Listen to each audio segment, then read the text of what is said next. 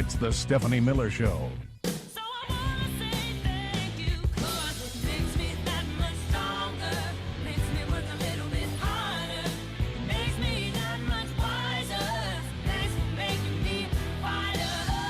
It's a little awkward for Trump's media boosters that the war is still going on, and it's especially awkward for Greg Kelly, Newsmax anchor and guy who's definitely been kicked out of an airport Chili's. He's gone all in for Trump, and he really put his reputation on the line. I guess this is not a bold prediction on my part because the president just said it. But I predict also this time next week, we may be able to declare victory. I tell you what though, it's still better than his other prediction, diarrhea-free summer. That did not go well. Desi Leidig. Love her, love her. Okay. Oh, there's a good one. Mitch McConnell is on eternity leave. That's funny. That's very funny. Okay. Thank you. We will talk to Glenn about this, about the legal stuff going on in Kentucky. Because someone posted, Mitch McConnell would have replaced Mitch McConnell weeks ago, just saying. So, we'll talk to him about what he thinks the legal avenues are and all that. Oh, he just did a TED Talk. He did. Our Glenn Kirshner. He did. So handsome, so romantic. Look for it on his YouTube channel. Yes. In fact, here, someone quoted you, Chris. Frank said, Chris, can you declare someone dead without seeing or speaking to them? Also, Chris, announces some celebrity is dead when they're not once a week. You have killed many, many people. We both have killed many people on this show that are not dead. Yeah, but it's people like I wonder if it works in Spanky reverse. from the Little Rascals. Right. It's like, Yeah. who knew that he was still alive? I'm just saying, Sam, Chris and I, between the two of us, have killed a lot of people on this show that we have to then apologize. We apologize to so-and-so's family who is very much alive. We And apologize to Alice from the Brady Bunch. Yes, we do. She's gone, though, right? She is gone. Okay. Yes. All right. We all would the like adults from the Brady Bunch are gone, but all of the kids are still alive. We would like to retract our previous apology to Alice. And Sam, I assume Sam the Butcher is Alan joining her Melville in died eternity. a while ago. What? Yeah. Alan Melville died a while ago. Oh, okay. Yeah. Sam the Butcher is also gone to the big meat rack in the sky. Okay. Wow. Where should we start this morning? We have it's like a Cattywampus Friday on a Cattywampus week. We have our usual Glenn Kirshner, Fugelsang, Frangela, but we have Dr. Doom today. Yes. Just in time for way more cases of explosive diarrhea. 9 states now. 9 states. Yeah. It's fantastic. Is it too much? Is that too far left? I'm not sure. I can't keep track anymore. Just say, hey, can we eat fruits and vegetables without going to the hospital or, I just putting bought our some pants all day? spring mix the other day, and I'm like, should I eat it? I don't know. I know. It's like salad roulette. Yeah. I eat a bag of salad for lunch every day. Okay. Can I just say I'm going to have brunch, my usual Sunday brunch with Rob and Trish. Of Rob and Trish. Yeah, and I'm not going to hear the end of it from Trish because we've been having this fight for 25 years about washing the already washed bag of salad. She's like, really? Do you trust whoever washed this for however much an hour? Sam washes it. I wash everything. All right. I'm lazy. I'm like, I already bought it. I paid extra because it's already washed. You just put it in the... All right. I don't think that will help you if it has... cyclospora, by the way. I don't think washing it will even. Yes. That's a hardy beast, from what I'm hearing. It's like you can't get rid of it. Yes. Great. Okay. Oh, do we have the art of the deal in there? So the Saudi Arabia deal, Chris. How is that going from the best deal maker that's ever made deals Button for it. in the history of deals? Yeah, art of the deal. We're still. Yep.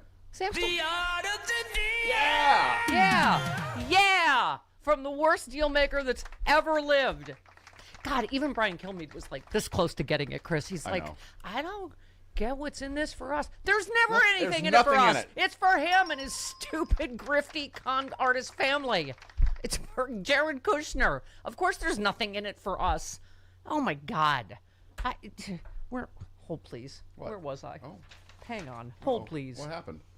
Yes, thank you. Who is this? Martin said, how are Republicans, of all people, on board with Trump approving nuclear weapons for Saudi Arabia? They, too, are an imminent threat to Israel, and unlike Iran, the Saudis have actually engaged in unprovoked attacks against the United States in living memory. Or did y'all forget about that whole 9/11 thing? Terry says, sometimes you need to say the thing out loud. Saudi has given the Trump family and friends $3 billion. Trump is now giving Saudi nuclear technology. No international inspectors will verify they are not enriching uranium. Weapons grade. 15 of the 9/11 hijackers were Saudi nationals. Okay. And he's like, oh, and one more thing. Right? You have to recognize Israel. Like, what? Like Colombo. Oh, one more thing. Yes, he's Colombo, Yeah. Saudi Arabia. One more thing. You need to recognize Israel. And then they're like, what? No. They have said, I don't know how many times, until there's a Palestinian state, they will not, blah, blah, blah. Any idiot would know this. Any idiot would know if you bomb Iran, they're going to close the Strait of Hormuz. You know, Netanyahu whispered that in his ear like a sweet nothing. Yes. Seriously. Yes. Yeah. And Trump didn't know any better. I need Carlos doing Netanyahu into Barney from the Flintstones. I don't know what it is, but it's magic. Well, It's the best Netanyahu impression ever. maybe Trump thinks that Netanyahu is Barney Rubble. Perhaps. Where are we? Oh, I'm sorry. This is just today's. Sorry, I was going to get to the. Speaking of the Flintstones background, are we in total annihilation part of the? Is that what part of the Flintstones background we're? Oh yeah, I'm close to ordering a massive attack. Yeah. Oh, do we ever heavy metal music for our, Yep. Yeah, our high tea military excursions? Trump said he's seriously considering restarting major combat operations. What is this now? Operation Epically Small Penis. Operation Epically Small Balls from too much testosterone. Oh, we have huge boobies.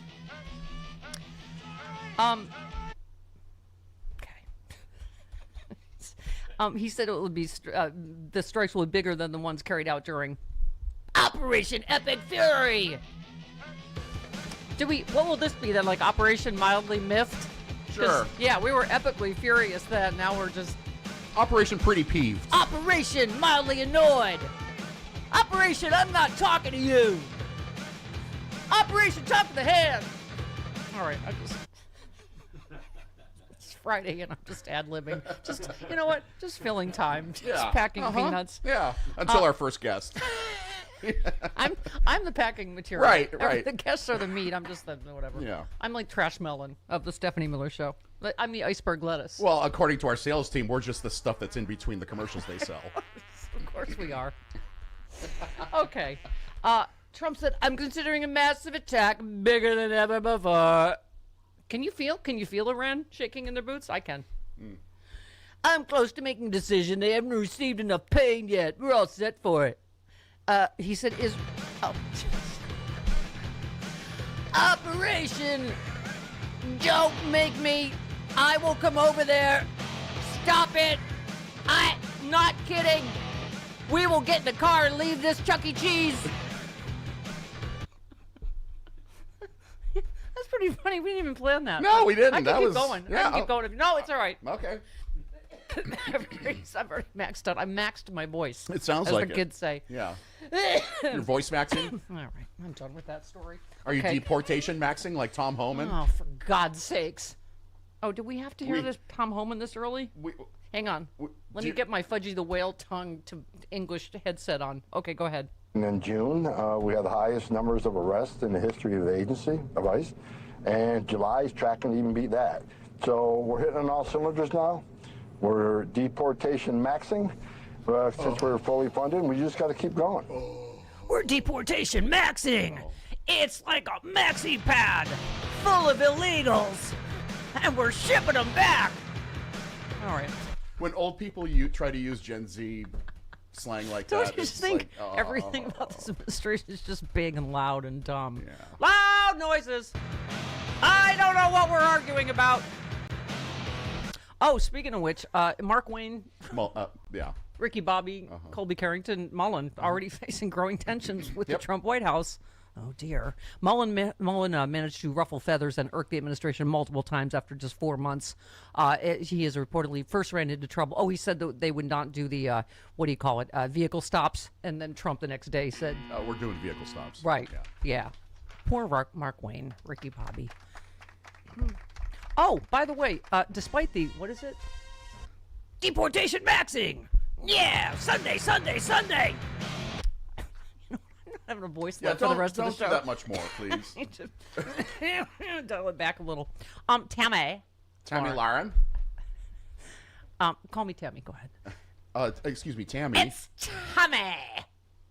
Okay, I've experienced that in person. I know from her. you have. Yeah, I You- did you it on called her purpose. I did it on Tammy. purpose. I I was know. on a left-right thing with her, and I did it on purpose. I called her Tammy. She's like, "It's Tammy."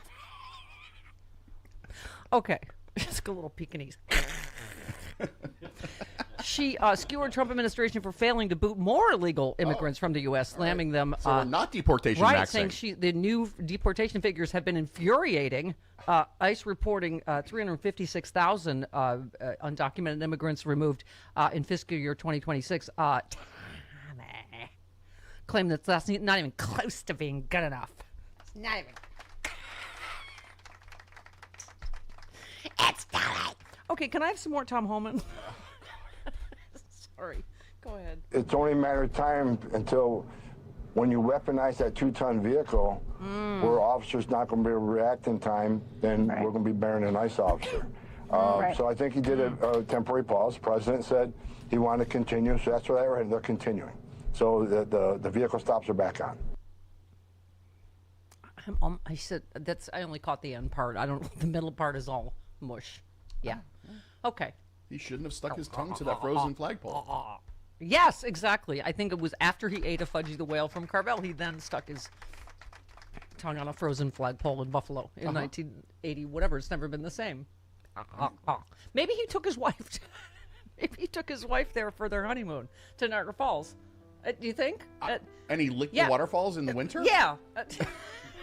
Or like probably the viewing thing, like to see the falls. He probably went, So he probably said to his wife there, I'll have all of it.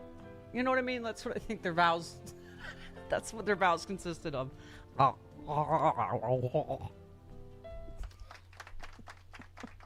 Is it Friday yet? Oh, it is. Yeah, it is. Okay, Yeah. that's good. You have the weekend off. They're hiding the number of troops killed. I don't know. We'll get to that later.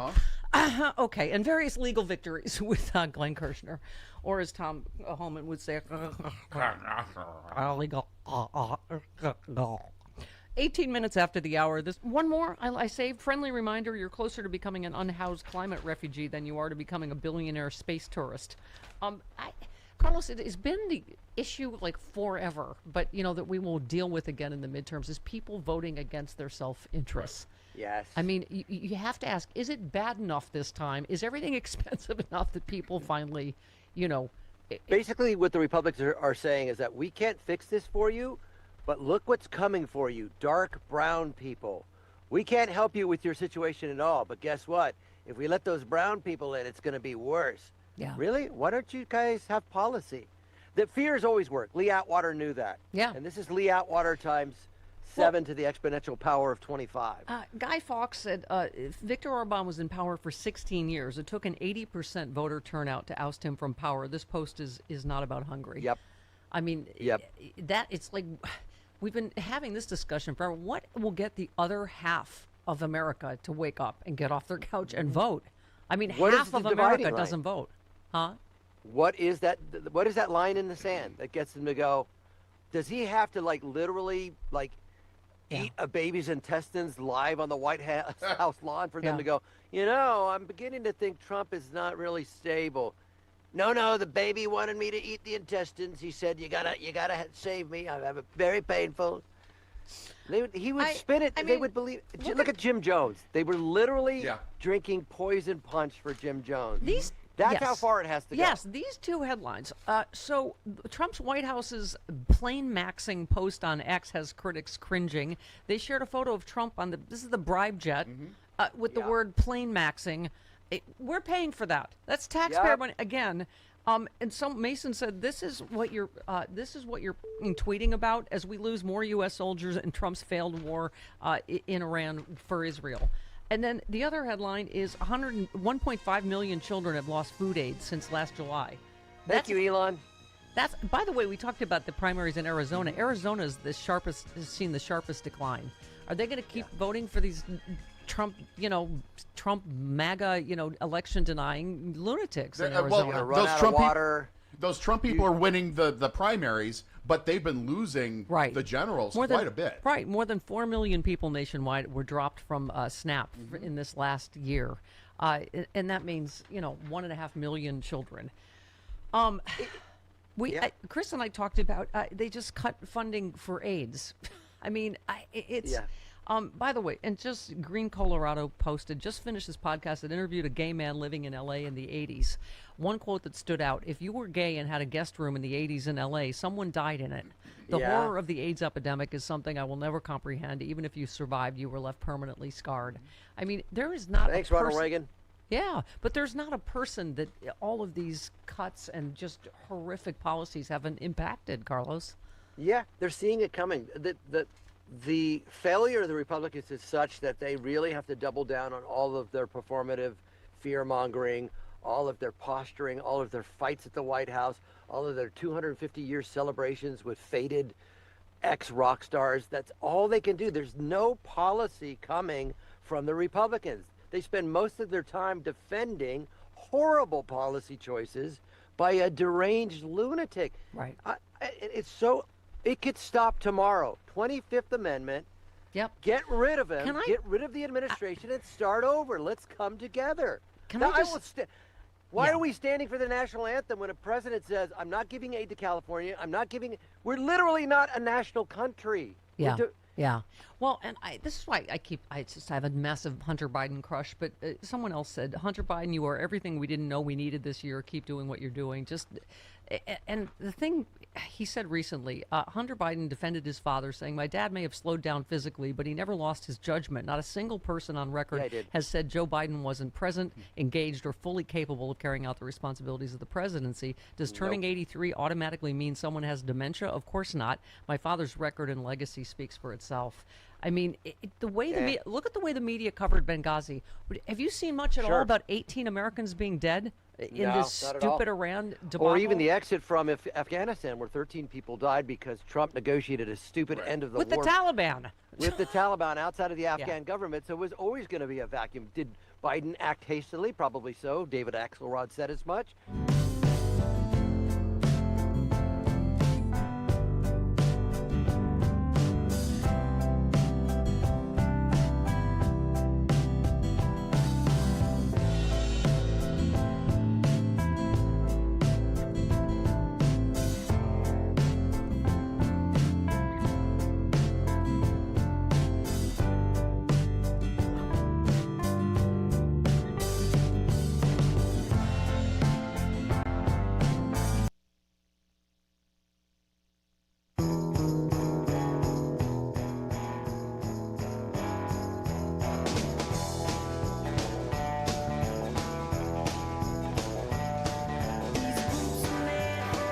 Stephanie Miller. One of these days, these boots are gonna walk all over you.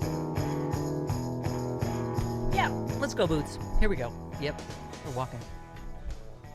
Okay, Glenn Kirshner coming up bottom of the hour. Dr. Doom next hour, and John Fugelsang, and Frangela in hour 3. That's fantastic. Right. Davis said Trump claims Iran is desperate to talk. So desperate they left the recent talks without agreeing to anything when their demands were not met. So desperate they continue to attack U.S. assets in the region with their obliterated military. Sounds like Trump is the desperate one. And they're killing our people. Yeah, Marco Rubio repeated that yesterday. They're desperate. They're desperate. They're begging, you know. Yeah, like supermodels have begged Trump his whole life. They're begging. They're asking, begging. Yeah, and meanwhile, they're still capable of killing American soldiers. Yes. It is pathetic. But at least the Saudi Arabia deal is going well. Oops. No, it's not. It's the art of the deal. Yeah, exactly. It's that their art of the deal we've heard so much about. Art of the deal. Okay. Seth, Homo of Hope. Hello, Seth. Hello, homos, millennial Sam and cam boy Ronnie. So, no, he's on the camera. We should switch so he can be Cam Sam, don't you think? Cam Sam. All right, go ahead. Came out wrong. So, two things. The other day, Tom Holback was on the news, and my husband and I had a dinner watching, and I said to my husband, I said, we played who was the voice of Mumbles on Dick Tracy and Boomhauser on King of the Hill. Yep. And my husband believed me how much he was like that. Wow. But lastly, I think we should stop calling them Republicans and call them Rape-publicans, because all they do is either rape or they vote for rapers, and they have no problem with people who rape. They are exceptionally rapey. Yes. They are. So I just think from now on, in my book, they are Republicans. Yeah. And I want to say you guys did a great job this week. And Sam, you are doing amazing. Yes. And the thanks. camera loves you. Yes. And if I could just channel for Chris, hello there, sexy Chris. All right. I'm channeling All TV for you. Yeah. All right. Thank you. That was kind of sad. Thank you. Okay. Sad. Okay. Queen Bee. I miss her. What was he just talking? Did he mention someone from the manosphere? I can't. My synapses are not firing this morning. You asked Sam if he got a haircut this morning. He said no, it's just bedhead. He has a glorious head of hair. Does he not? Yes, he does. It's like Michael Landon-esque. Little House on the Prairie. Funny enough, you're not the first woman to like go up to me and tell me like, "Oh, it's not fair. You have better hair than I do." It's true. I'm a big Les, and I just want to run my fingers through it. Don't let her. We'll have to call HR. I'm doing a different music for this. It's a guess the quote from the Manosphere. Okay. I'm being held in a special housing unit, the highest level of security which exists without commissary visitors or outside contact. And my neighbor is a cannibal who screams throughout the night. Who's that? Larry Tate from Bewitched. No, that was a good guess. That was close. It was Andrew Tate. Oh, okay. Yeah. Got it. Yeah, I guess the highest level of security includes access to social media to whine on. Yeah. How did he? What? Yeah, it's. I have no.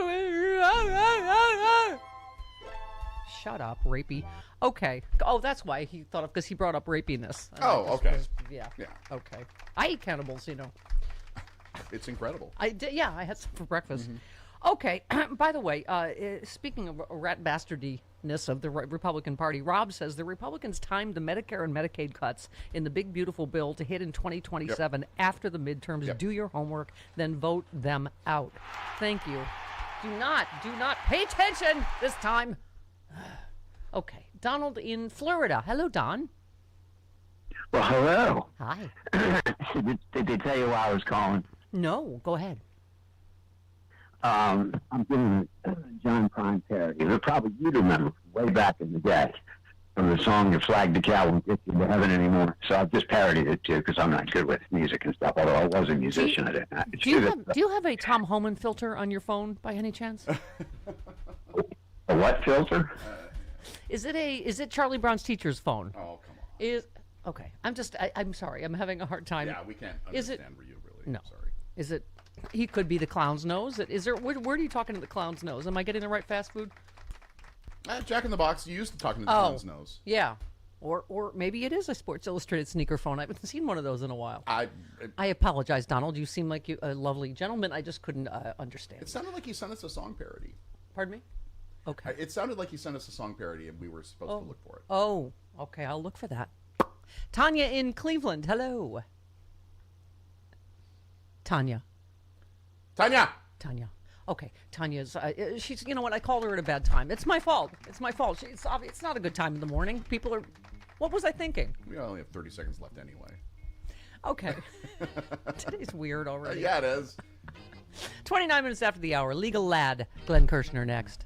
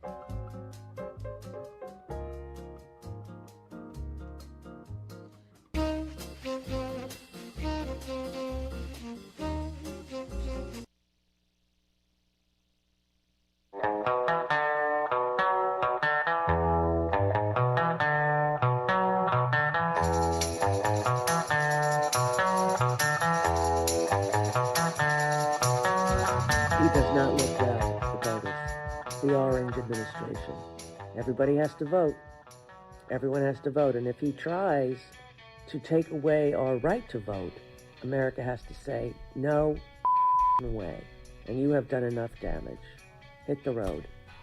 You know, I mean, the fact that he's made billions of dollars in the last 18 months by criminal behavior. Charge him, arrest him, put him in jail. That's what he deserves. All right. Tell him, Rosie. Yeah, hit the road, Jack. Off of what? Hey. All trades. What? Oh, you said the words Jack and then the word. Well, but there was a off. pause. There was a pause in between them. Oh, Listen, you know that. what? I'm no TED talker like this guy. Thank God, former U.S. Attorney Glenn Kirshner is here. Get me Glenn Kirshner. Yeah. 30-year federal prosecutor Glenn Kirshner. Thanks for coming to my TED Talk. Can you curse during TED Talks? Let's ask Glenn. Okay. I don't get invited to do that. Hi, Glenn Kirshner, star of stage, screen, sexy liberal, and TED Talks. Your TED Talk, The Power of Planting Your Feet. Tell us what that means. So it's my favorite Abraham Lincoln quote. And he said, be sure to put your feet in the right place, then stand firm. And I built my TED Talk around that quote and used examples of rule of law driven feet planting, whether it's Abrigo Garcia, the DC sandwich thrower, Sean Dunn, the grand jurors who are planting their feet and holding fast against prosecutorial abuse, whether it's trial juries who are finding not guilty, who are acquitting people that, you know, Jeanine Pirro and Todd Blanche are overcharging, or whether it's the American people who are literally planting their feet in the streets, holding up their cell phones and documenting the civil rights abuses being perpetrated by these ICE thugs. So, you know, we all have a decision to make. Where are we going to plant our feet? And, you know, we have to plant our feet firmly with the rule of law and combat the lawlessness of the Trump administration. Speaking of which, the New York Times planted their feet. Another embarrassing, humiliating loss for the Trump administration, the DOJ. A federal judge excoriated Trump's DOJ because they screwed up some of the basics, quote unquote, in their attempt to subpoena journalists at the New York Times. The DOJ withdrew subpoenas seeking phone records and grand jury testimonies from 3 Times reporters after the judge sharply criticized the government's handling of the case, indicated he would quash the subpoenas if they didn't. The judge questioned whether prosecutors had followed legal standards for subpoenaing journalists and raised concerns about inaccuracies in their court findings. Again, probably not unexpected, right? But break down the legal for us on that. Steph, this is my favorite legal story of the day because, first of all, as a career prosecutor, I can tell you, we almost never subpoena journalists because we actually respect their First Amendment freedom of the press rights. Sometimes we have to do it, but rarely. And when we do, we've got to go through, you know, every level at the Department of Justice, often up to and including the Attorney General, to get the kind of authority. But we have to have exhausted all other investigative avenues before we do it. DOJ did none of that. They disregarded the law. They abused their prosecutorial power. And here is the worst of it. Not only did they subpoena the New York Times reporter for reporting the truth about the Qatari jet debacle, but they subpoenaed the mother of one of the New York Times reporters, the spouses of 2 of the New York Times reporters. And when the judge said, and I'm going to paraphrase here, what the hell are you doing subpoenaing family members of the reporters? Here is what the hack DOJ attorney said. I'm going to quote him. His name is Buckley. He said, oh, well, that was an error. It was a consequence of trying to move too quickly. So let me get it straight. After you issued all of the subpoenas for the reporters, you were moving too quickly, so you erroneously subpoenaed their family members. And here is what the Freedom of Press Foundation said about that, quote, even the mafia says families are off limits. Wow. And boy, the judge took the Department of Justice down and said, you withdraw these subpoenas or I will throw them the hell out because they are lawless. And by the way, didn't Trump saying, oh, yeah, they're maxing out the plane, it's going to take about a month, doesn't that prove the New York Times reporter's point that, yes, this plane was not secure? It obviously, and I was saying, Glenn, over and over, it's not just him.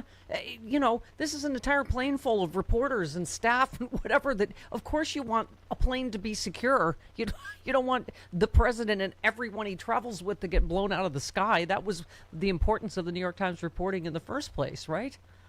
And you want the New York Times and you want, media outlets to report what the heck this administration is doing. I mean, he's trying to retrofit this plane at the cost of $1 billion to us, our taxpayer, and they can't even do that right. Well, by the way, this was I saved this next story for you related. GOP Senator blocks bid to stop $400 million Air Force One retrofit. Republican Senator Deb Fischer objected to a request from Chuck Schumer for unanimous consent to prohibit Trump from using taxpayer money to further retrofit this bribe jet, which should never have been allowed in the first place, Glenn. And then they're going to ask for more taxpayer money, and then he's taking it with him? I mean... Yeah, go ahead. And that's why, Steph, we need to get a hold of the House come the midterms, because let's face it, ain't no legislation getting through the Oval Office in the last 2 years of Donald Trump's term with the Dems in control of the House and hopefully the Senate. So what should they spend all day, every day doing? Investigations into the corruption of the Trump administration, because that will also help pave the way for the criminal investigations and prosecutions beginning in January 2029. So let's talk about, I mean, I guess it's still under the vindictive prosecution stack, but just, them punishing blue states over and over again, right? Trump administration pausing Medicaid funding for Minnesota and California after saying they found fraud, yada, yada, yada. Of course, it's always blue states, right? And I mean, it is exhausting the amount of lawsuits alone that need to be filed every day, right, to try to protect. It's exhausting, but I think the blue state leadership, the governors, the attorneys general, they're up to the task of defending against that. They're bringing lawsuits. They're most of the time they're winning those lawsuits. And all this does is it establishes a pattern of unlawfulness and retaliation by the Trump administration. But you know what, Steph? This is our lot in life for the next 2 years. So, we're going to just have to keep fighting them in court until we get the Department of Justice back. Another good one. A Trump-appointed federal judge on Monday tossed out a DOJ lawsuit that aimed to invalidate state and local sanctuary policies which limit information sharing and cooperation between local law enforcement agencies and ICE. So, again, we're having some success even with Trump-appointed judges, right? We're having enormous success. I mean... Uh-oh. He frozen. Oh, dear. Oh, no. Oh, he's so handsome. I don't mind when he freezes. I'm just going to stare at him. I'm going to make that my screensaver. Oh.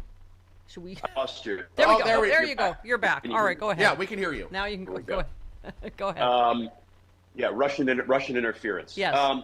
So, no. I think we won, 19 cases in a row, a clean sweep when they're trying to get, information, state voter information. The courts are holding strong. And, the Trump-appointed judges, Steph, are starting to be the ones with the most searing criticism of Trump's lawlessness. So, listen, this is a good sign. Yeah. The federal courts are not going to lay down, and but Trump is going to keep this lawlessness up. So, speaking of justice, the MAGA assassin gets life for killing the Minnesota Democrats. He pled not guilty to killing Melissa Hartmann and her husband and dog Gilbert. He was sentenced to 2 consecutive life terms plus 40 years in prison after pleading guilty to the 6 counts relating to the killing of the Hartmans.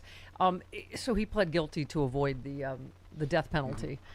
Boy, they're for the death penalty he was for the death penalty for the Hortons, right? But it's just, I guess I don't know. I'm so sort of still heartbroken over the fact that we have a president of the United States that still never even mentioned this slaughter by a MAGA assassin. Yeah, and remember how they mocked the attack on Paul Pelosi, Nancy Pelosi's husband. They make light of violence, and let's face it, Donald Trump, with his every post lashing out at his enemies, he's inciting and inspiring violence. It is a call to violence, and I don't know how we can continue to allow this, but people are going to continue to get hurt behind Donald Trump's and this is where we've come to. There's no equivalence or any just human empathy or compassion unless there's even that is partisan. If they're Democrats and it's a right winger, they just don't mention it, right? Exactly. Fox News, Trump. I mean, it's Anyway, so let's talk about. So Ken Paxton, as I understand it, Glenn, is currently the Attorney General of Texas. So I don't know if you saw this. They're all such cowards. First of all, half these Republicans haven't had a town hall in, I don't know, a billion years, right?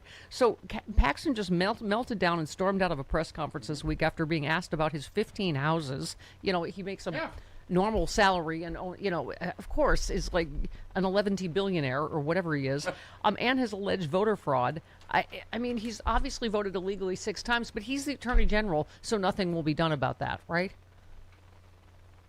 Yeah, and literally he ran away from reporters' questions in a press con. Ran away, and all the questions were fair. They were on point, and I just hope, you know, Tallarico cleans this guy's clock in the election. And my favorite line, people have probably heard it, is when Paxton is accusing Tallarico of being a vegan. Oh my God, he's a vegan.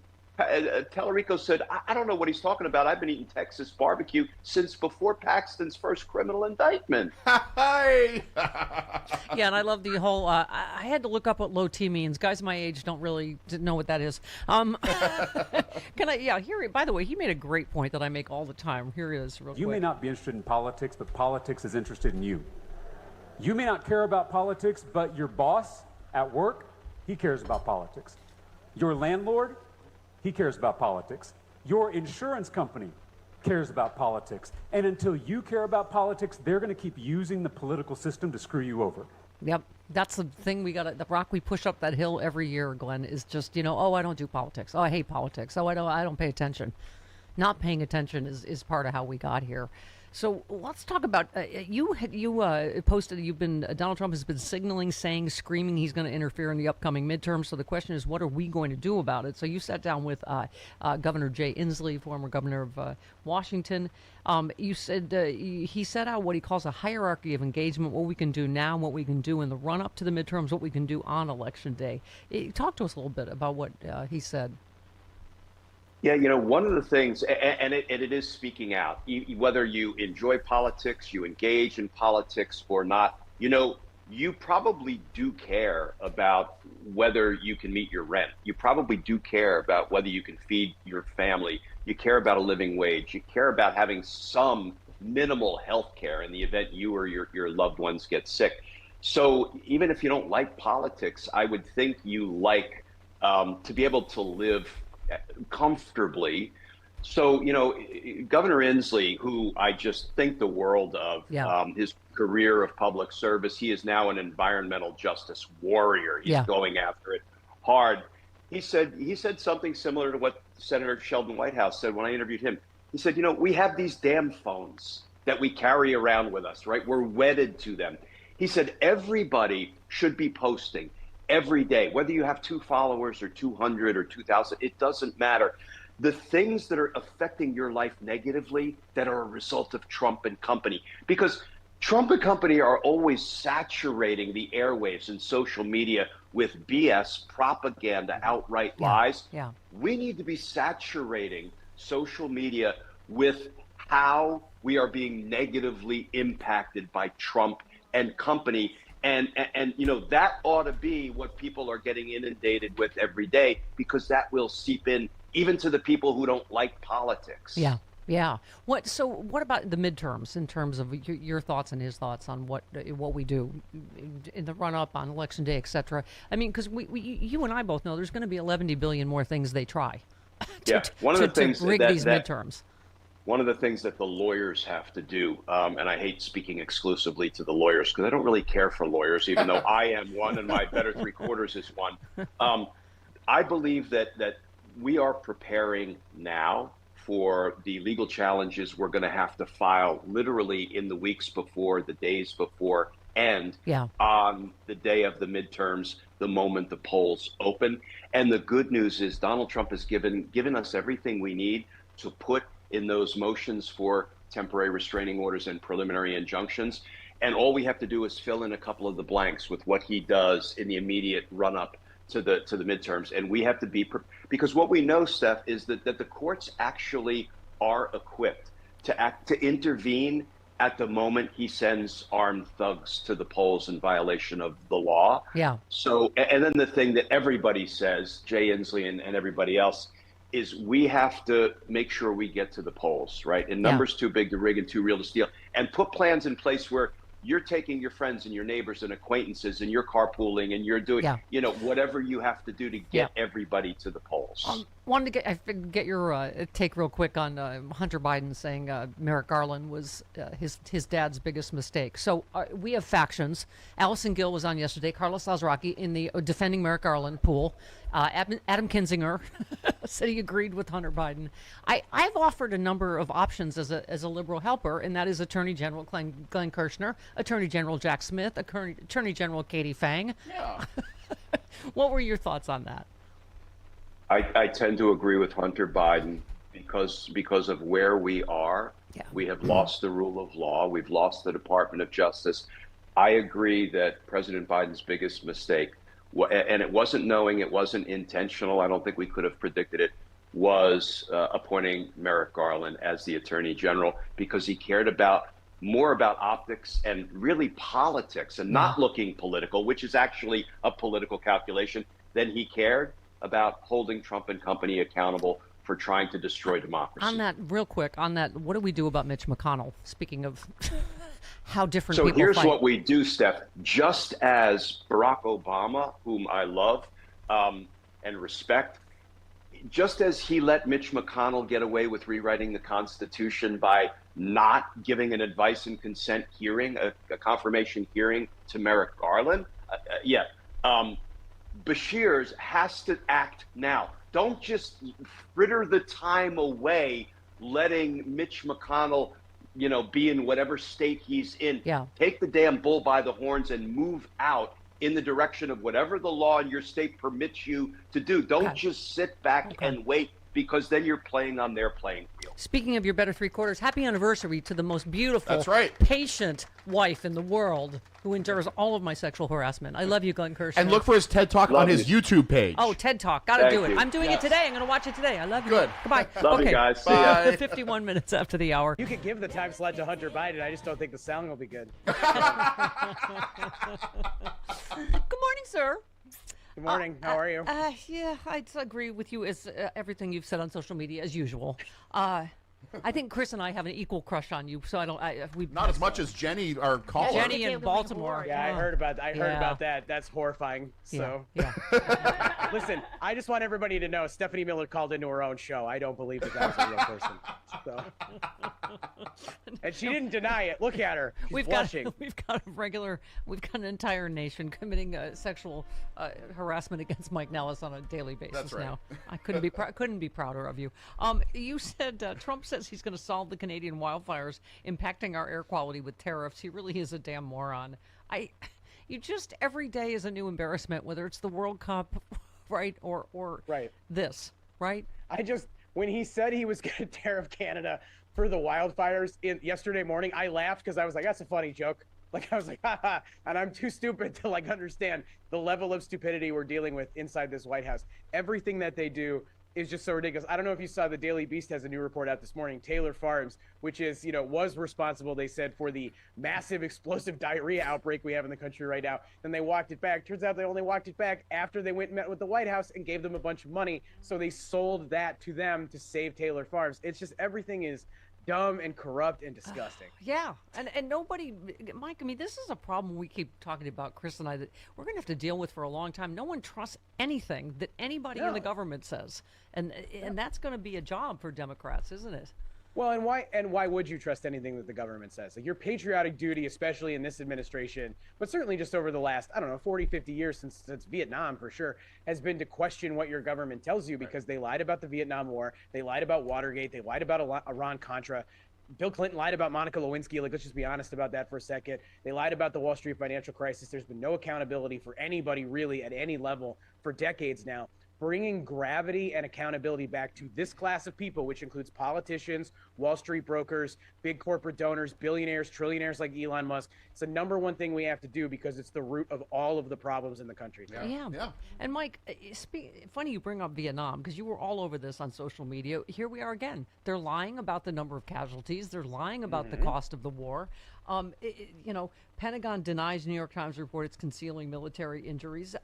But you said beyond the obvious, the worst part of 2 more service members being killed, well, it's actually 3 as we know now, is that Trump and his neocon allies are getting exactly what they want. They want this death. They want this violence because to them it justifies the illegal war they're profiting from. Trump said it out loud. We're doing great. We're making a lot. Defense contractors making a lot of money. I mean, you had a Fox general. Where's this one? Say he predicts the Iran war could last 20 years. I mean, this is, he said, I do expect we're going to be there a long time. Operation Northern and Southern Watch went on for almost 20 years, I think. So this is going to be something similar. We're going to have to stay there. Oh, my God. How many times have we heard this, right? Right. Well, first of all, they keep telling us that we're broke. There's no money to do anything that might help actually improve your life, but there's a never-ending pile of cash for defense contractors to create more bombs to blow things up halfway around the world. I feel bad for the people of Iran. I have zero sympathy for the government. The government is tyrannical. I'd be happy if they fell, but I don't think that's our job in here. And I think the thing that makes me the most angry about this is frankly the same thing that made me mad during the Bush administration, is that they treat our U.S. service men and women who are braver than I am, because I'm not going to serve overseas. I didn't want to do that when I was 18. They treat them like they're just numbers on a sheet of paper. These decisions should haunt you for the rest of your lives, even if they're the right decisions, okay? If you read about Lincoln and Grant in the Civil War, every decision that they made haunted them to keep the nation together for how much death and destruction that there was. Donald Trump sleeps just fine at night. I mean, he doesn't sleep, let's be honest about that, but that's for different reasons. But like, it's not bugging Pete Hegseth. They want to play toy soldier. They want to play military commander on TV. They want to seem big and tough and strong. And they're making a ton of money for themselves and for their families and for their corporate donors. Everything about this is just disgusting. I feel awful for, what is it? I forget the total number now. Is it 18 confirmed, right? 17, I'm not sure. But 17 Mike, or 18. I feel bad. Those families will never be made whole again. There's nothing you can do to make that right. And you're absolutely right that, which many presidents have said that's should be our number one promise to our troops, is to never send them into harm's way unless it's absolutely necessary. This was completely unnecessary.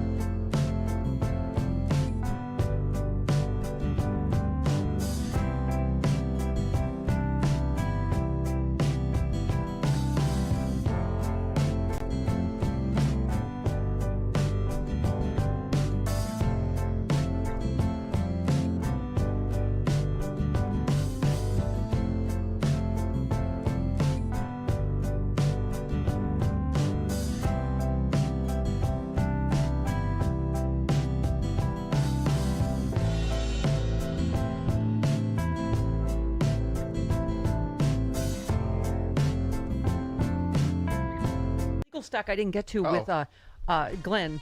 Melania ignores judge, seeks sanction against writer. He told her it would, be best if she would just like shut her pie hole and quit while she's ahead. And I'm not that I would ever question her judgment, romantically or any other way. But she's filed a motion for sanctions against what's his name, Michael Wolff. Oh. Despite the judge saying. I question her judgment because she had sex with Donald Trump. Yes. That would be best, in my opinion, for no woman to have ever done that. She also showed her cooter to the world. Yes.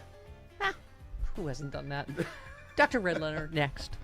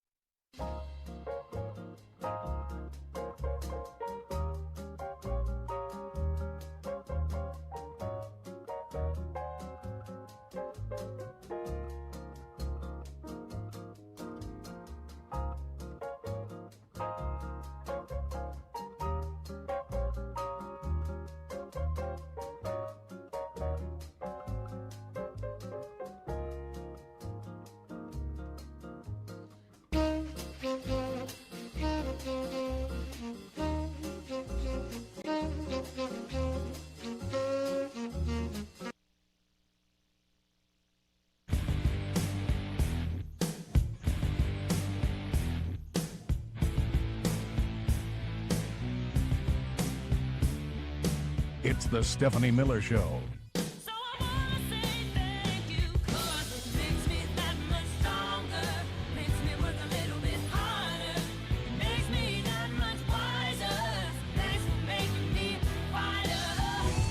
After 10 years of Trump rallies, you can kind of tell that he's not moving crowds like he used to. The people there were yawning, they were bored, not even looking at him.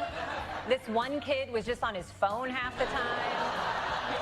Hey kids, stop playing Roblox. The president is talking about affordability. Come on, Donald, you got to win this crowd back. You were so great at nicknames. Why don't you just announce a new cool policy with a snappy nickname like old times?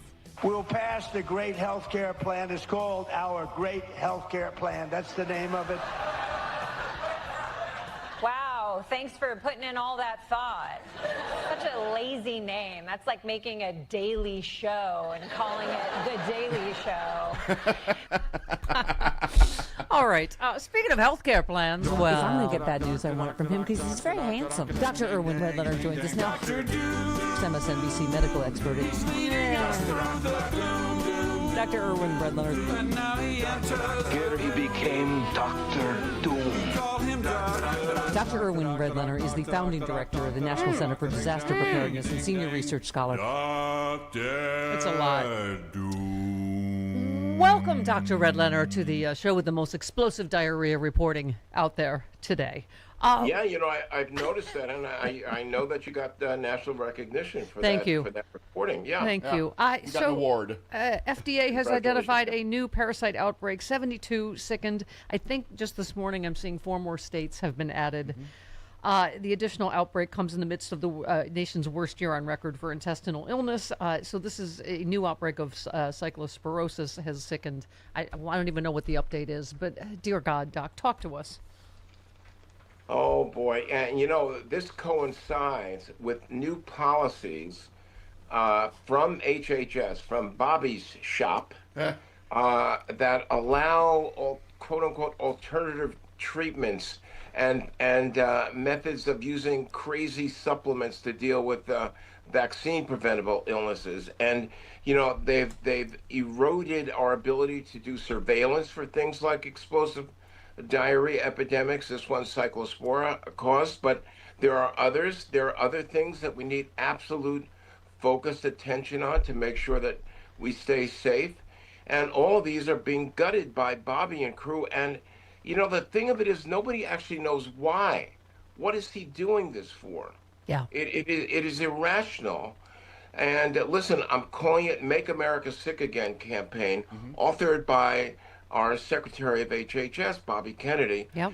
But the motivation is not clear, other than just, you know, the technical term is insanity. I mean, why on earth would the health policy chief be putting policies in effect that make it more dangerous to survive in America? It doesn't make the slightest bit of sense to me. Some mornings I still can't believe I'm looking at this number of confirmed U.S. measles cases by year. This year, 2,295. As you know, you go back, you know, last year there were 2,000, whatever. You go back to 2020, there were like 13. Yeah. And someone posted, this is the clearest evidence of Trump's horrific policy you can get. Each one of these cases is a person who needlessly risks losing their hearing, sight, reproductive function, etc. as a result of a disease which has a vaccine. I mean, you can just see the numbers up in the thousands. It was formally declared eliminated. And now we're dealing with a kind of a return to a terrible past where we didn't have the tools that we actually have to prevent a measles outbreak. It's just extraordinary. The same thing. What is the motivation other than an obsession with this conspiracy nonsense about the so-called dangers of measles vaccine, which actually don't exist? It's pretty amazing. Doc, we have an epidemic of explosive stupidity diarrhea, in my opinion. I mean, you have people literally not understanding when they say, well, those things, we've never even heard of them. Yes, because we eradicated them with a vaccine. Like, they're like, why would we need a vaccine for blah, blah, fill in the bank? And by the way, they're already rumbling about, do we really need polio vaccine? This is a discussion. Ask Mitch they're McConnell. having. Oh, you can ask Mitch McConnell, but okay, right? Yes. I mean, it's they're like, Wait. no one has Hey, that Chris, anymore. Did Right. you say ask Mitch McConnell? She certainly did. Oh my God! No. Yeah, he has it a was new radio show called Ask Mitch McConnell. Go ahead and call slip in. of the tongue. It's a very, it's a very Seriously, short though, radio. that's like they go, oh, we don't have to worry about that anymore, right? Because we had an Unbelievable. effing vaccine. So Yeah, unbelievable. So the CDC website updated with vaccine autism crackpottery. Here we go again with Senator Bill Cassidy, who's a doctor who confirmed Bobby Kennedy. He said the agency needs someone who understands the way to prevent vaccine-preventable diseases to reassure the public that vaccines are safe and effective. I swear to God, all these guys are in charge of closing the barn door after the horse is gone. I mean, you put Bobby Kennedy in charge, right? Mm-hmm. This was something that he's going to have to live with for the rest of his life. Yep. And the consequences are extreme. And, you know, he tried to make up for it. And what did he do? He got punished by being primaried and then lost to Trump's candidate. So he's no longer going to even be in the Senate. He can't even make up for what he did. He won't be there. Can you, Doc, Amazing. since we brought it up, can you talk for a minute about, because I have dear friends who, almost everybody knows someone who has a kid who's autistic. My friend Stephen Stills is, does this Light Up the Blues every year. He has kids on the spectrum, and they raise an amazing amount of money, and it just seems remarkably cruel to me for something that kids and parents are already struggling with, to them, like, put this blame based on quackery on them, that, oh, it's your fault because of vaccines. I mean, can you talk about that a little bit? Well, this is one of the most bizarre stories in public health history, really, because there was a doctor in England who put up a study and published it that said that vaccines were responsible. They caused autism. It turned out he was lying. The data was made up. The article had to be retracted. The guy lost his medical license. Yet still, he created a cult of anti-vaxxers, of which the champion, literally, was Bobby Kennedy Jr. Yeah. The guy who, way before he got into government, was going around the world spouting this nonsense about a link between vaccines and autism. Yeah. And he has to live with that. And I wish that he understood, he apparently doesn't, that he has caused a phenomenal amount of harm and suffering in people. Yeah. It is really unconscionable, and it should have disqualified him, which it would have with a normal president, but it seemed to be an attraction point for Donald Trump, who was out of his mind to get a Kennedy in his cabinet. So, and there you have it. Yep. And now we have the leader of the anti-vax movement as the head of U.S. Domestic health policy. Let's turn to the world stage for a minute. You posted, this is pure irresponsible geopolitical madness. Well, you could be talking about anything, but in this case, you're talking about the Saudi Arabia deal. You said, let's get this straight. In the middle of an intensifying war in the Middle East, purportedly prosecuted by Donald J. Trump to eliminate Iran's ability to develop nukes, Chaos Master Trump wants to provide the Saudis with its very own nuclear program. Congress must not let this happen. Well, I mean, Democrats are already preparing, and it looks like he might be blowing it up himself over, them recognizing Israel, which is a non-starter that anybody would have known. But since he's the worst deal maker in the world, I guess he didn't. So, I mean, it may be blowing up on its own, but you're right. This is people behind 9/11, right? It is so shocking. You kind of, these things happen that he does, that he thinks, that he says, and you read them or you hear them and you're thinking, no, this is a joke. This is AI. It isn't. It's right. Donald Trump, his chaotic, disastrously sick mind comes up with a deal to add another nuclear presence in the Middle East, in the middle of the chaos that we're dealing with. Man, I'm telling you, it's one thing after another, and it's really hard to keep up. Well, and I was saying, boy, even Brian Kilmeade on Fox is getting so close to getting it. He picked apart Trump's agreement with Saudi Arabia. First of all, I don't know what he's basing this on, saying future leaders might not be as trustworthy as Crown Prince Mohammed bin Salman. He said, look, MBS seems to be someone we can trust. This is the bonesaw murderer that had, what do you call it, Washington Post journalist, dismembered. Dismembered. Yes.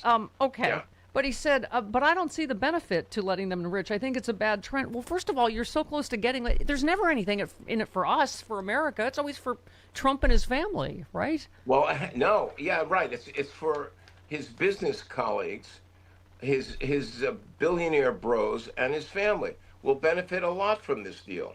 Yep. So Democrats because they will provide the materials that Saudis would need to create the nuclear program. Yeah. This is a straightforward grift. So lawmakers that in both parties have questions about the details, especially its lack of a nuclear oversight. It's just insanity that we had a perfectly good deal that was working with Iran that he ripped up, and now we're in this debacle. And anyway, it really is. You said it best. It's geopolitical madness. Not to mention, Russia is behind giving intelligence to Iran to help kill us and destroy our bases, including CIA bases. Right? Yeah. No, it's amazing, and look, I hope we get out of this administration alive. You know, Chris and I were talking about my hat. Make America normal again. Yeah. You know, and I think this is what we have to hope for. It's not something crazy, just a normal world where we have leaders that have, you know, intelligence, some experience, some insight and judgment. That's what we're looking for. Then it's not going to be perfect ever. A little bit of normalcy at this point is exactly the prescription that the country needs. Yeah. Saved one last one. This could be for Glenn, Legal Stack, or you, but judge orders Hegseth to explain how testosterone policy jibes with a ban on such medications for trans troops. This is a great legal point, but also doctors have said this is ridiculous. To just willy-nilly be giving, testosterone shots. So Pete Hegseth's new initiative to test and treat troops for low testosterone has prompted a federal judge to question the difference between that kind of testosterone replacement therapy and hormone treatment for transgender men in the military. He noted Trump's ban says the armed forces must adhere to high mental and physical health standards without the benefit of routine medical treatment or special provisions. He ordered both parties in the lawsuit to address the similarities and differences in administering TRT, both medically and logistically, for trans men compared to other service members. I mean, it's a great point legally, but it's also a medical story, right? It's an absurd story from every possible angle.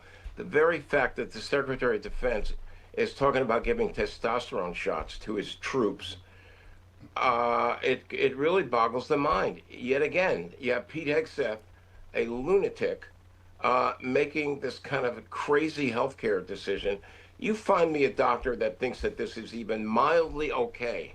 Yeah. You can't. Yeah. And it's horrifying. Yep. It's horrifying. Doc, great stuff. Yes. Let's make America normal again. Please. Can we? Decent, something, anything, sane. We love you. We'll take it. We love you, Dr. Dew. See you, Bye, guys. Thanks, see you Doc. next week. 19 minutes after the hour. No, they lie about everything. They lie about stupid stuff.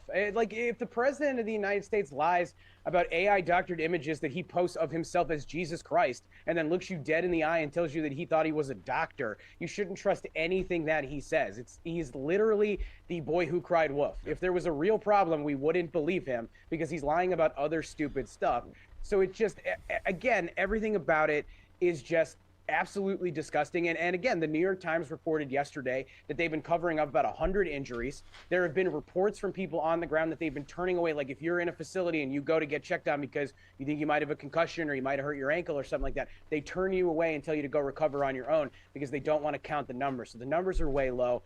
We may not know for years, but I would not be shocked to learn that there have been more fatalities. Doesn't it remind you of COVID? Let's keep the people on the ship. Let's keep the numbers down. Like, if we don't count the number of COVID cases, it doesn't exist. I mean, there's an episode of The Simpsons once where Homer runs a red light and he covers his eyes and he goes, "If I don't see it, it's not illegal." Yeah, that's basically exactly. this entire presidency. That's it. Do. Okay. Yeah, this, by the way, the Defense Department called the New York Times report, quote, baseless and malicious in a hostile and defensive response. It accused the paper of, are you ready for it? Being desperate to smear America's military. Here we go again. You hate, like Iraq. Oh, you hate the troops. You don't support the military. If you simply say, and then they said it's disgusting behavior, even for the New York Times. Oh, I see. So it's not disgusting behavior to be in an illegal, unnecessary war and lie about the number of people being killed and injured. But it's disgusting for the New York Times to report it. or attacking Gold Star families, as Donald Trump has done, attacking people who have served, like he attacked John McCain, using a dead soldier's casket from this war just a few weeks ago in a fundraising email. All of that is totally fine. This is not okay. And all of this, like, you hate the troops stuff, it worked briefly for the Republicans in the wake of 9/11 20 years ago. It's not going to work now. And I probably can't curse use the word I want. So they peed away every bit of goodwill that they had on the military in the wake of 9/11. They've lost it. They're not real patriots. They don't care about the military. They don't care about you or I. I'm begging people, if you're listening to this and you're like, man, I hate that Mike Nellis, I hate Democrats, like whatever, please understand that they hate you and they don't care about you. And we may disagree on issues, but let's build a coalition to kick these people out of office and we get back to fighting about, I don't know, who could play women's volleyball and what type of healthcare system we should have. Yeah. These guys are awful. Get rid of them all. Well, you know, and finally, you said it best here about the service members being killed in a legal war. You said I will ask again for what? What are we accomplishing here? Trump has no plan, no clear mission, and he's getting our sons and daughters killed for his own vanity. And this is yesterday, he said, every time Iran kills an American soldier, they'll pay for that killing many times over. That's the definition of escalation of a ridiculous situation in the first place. How does this end? It doesn't, I guess. And they're smart enough to know to taunt him into a forever war. That's all they have to do is just keep poking him. Yep. And it accomplishes nothing. Like what is the goal of this mission? I don't know. And say what you will about George W. Bush and Don Rumsfeld and Dick Cheney and the rest of them. They at least took the time to lie to us, and they took the time to come up with a compelling reason to go into Iraq. And they were like, hey, they've got weapons of mass destruction. We're on the verge of a world war. There's a smoking gun, yada, yada, yada. We got to go do it. This is the laziest justification for a war I've ever seen. We're going in because we're removing the regime. They're tyrannical. We're getting rid of them. Now we're negotiating with the regime. They have weapons of mass destruction. No, they don't actually have them. We're taking the uranium. No, we're going to let them keep the uranium. Now we're taking over the Strait of Hormuz. No. We're not doing any of that. It's crap. Yeah. It's just another scheme for Donald Trump to make money for him, his idiot kids, and all of his donors who are manipulating the market. That's all that this is. They don't care about it. That's why when Donald Trump says this is the golden age of America, it is a golden age for him. Yeah. His portfolio, his net worth is higher, yours is not. And, you know, Mike, it seems like he's even losing Fox News. So Britt Hume said, I think the president's in kind of a tough spot here in a sense. He promised to keep us out of endless wars or unsatisfactory wars. I don't know what a satisfactory war is, but okay. And now he's in one, and it's not at all clear how it's going to end. I mean, you know, at least they're stating the truth. He ran on no wars. you know, and here we are. And this is the gaslighting, Mike. The headline, White House touts overwhelming popularity of Trump's deal with Iran, which he just declared to be over. I mean, even idiots can see that, like, none of this makes any sense, right? The White House boasted about the popularity of Trump's peace deal with Iran, the same deal he declared was over weeks earlier, is citing a new survey from, I don't know where. The White House proudly declared voters overwhelmingly support Iran peace deal. Is this what peace is? Well, I mean, we're in a full-on war, right? They put out fake polling data all the time from, like, Rasmussen, which is a joke.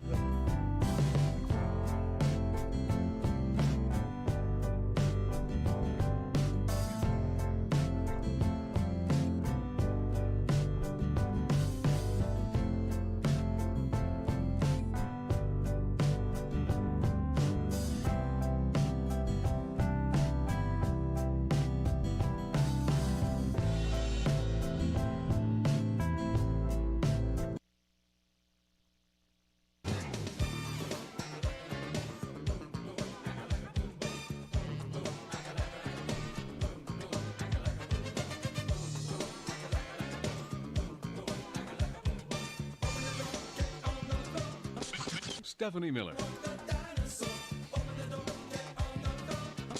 Stephanie Miller. Are you going to walk the dinosaur? Yeah, boom, shakalaka-laka. No, yeah, that's what Hal Sparks used to refer to walking my Great Pyrenees in Central Park with me, the Iditarod. Well. It's during the winter. Walking a couple dinosaurs. Okay. I mentioned this yesterday, but Trump administration will impose new tariffs just after midnight tonight on dozens of countries for something blah, blah, blah reasons. Between 10 and 12.5%. The forthcoming tariffs will apply to 60 trade partners, cover 99.4% of U.S. trade. I do not know why, as I said yesterday, he keeps doubling and tripling down on wildly unpopular policies, like whether it's the Iran war or tariffs that are the cause of inflation, according to just about every economist. And, of course, wildly dramatic data reporter Harry Enton. The train has left the station, and the American people have spoken. They hate these new tariffs. U.S. on new tariffs on imported goods. You know, you go back to November of 2024. Look, 52% of Americans favored them right after Donald Trump's election, 48% opposed. But then we entered the real world in tariffs, and Americans saw the effects of them. What happened to the opposition to new tariffs? Up like a rocket. We're talking 63% of Americans now oppose the idea of new tariffs, compared to just 37% who favor it. So the bottom line is this: the American people have seen what tariffs have done to the economy, and they simply put do not like it and have turned against the President of the United States, who, as I said, it feels like bizarre world, because from a political standpoint, it is absolutely insanity that keeps trying to do something that the American people clearly very much do not like. Yes, he said the definition of insanity to keep doing the same thing over and over again, hoping for a different result. He's doing it in Iran. He's doing it on tariffs. Just okay. And as we've said, the rest of the world moving on without us. Here's Mark Carney, Canadian Prime Minister. We're ready because we have been focusing on what we can control, and that's building our strength at home, buying Canadian, backing Canadian workers, building Canadians. That's the resolve of Canadians. That's the foundation on which we're building. We're a reliable partner in a world that's anything but. So we're diversifying our partnerships abroad. He also thanked Mexico for sending firefighters while Cankles Muldoon, is that what we're calling him now? He's like, I'm going to fine you for your fine. Have you seen a picture of Prime Minister Carney and Claudia Sheinbaum of Mexico? They're both just... incredibly, just thin and elegant and multiple degrees and well-spoken, and they're like walking together, and then here comes Cankles Muldoon just in his stupid oversized suit and his giant clown tie that goes down and covers his crotch. Whenever he's together with other leaders, right? They're all just like Macron. They're all just like good-looking, elegant, well-spoken. And we have William Howard Taft. Yes. A low T William Howard Taft. Low T Taft? Low T Taft. That's a new one. Hey, Oh my God, it goes on and on. Trump claims credit for, just fill in the blank, everything. For grocery chain summer sale. Okay, so you remember Walmart had to publicly debunk Trump's claim that he was the one that was a pre-planned sale or whatever. So he said, a giant eagle like Walmart stepping up in a big and bold way to answer my call to lower costs for working families. We'll continue to bring prices down, just like oil, gas, eggs. None of those things are down. No. Prescription does, all of which are dropping fast after the disaster inherited from sleepy Joe Biden.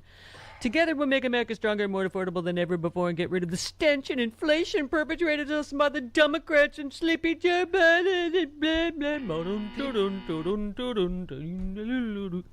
Do we have evil clown car music? I feel like I hear it every time he talks. Oh, he's got to go into break. Every time he's in public. Someone surmised that he saw his weekly circular in his mailbox with a buy one get one free sale. And what I did. Yes, and he took credit for it. Oh, God, I need my personal comedy Jesus. John Fugelsang next.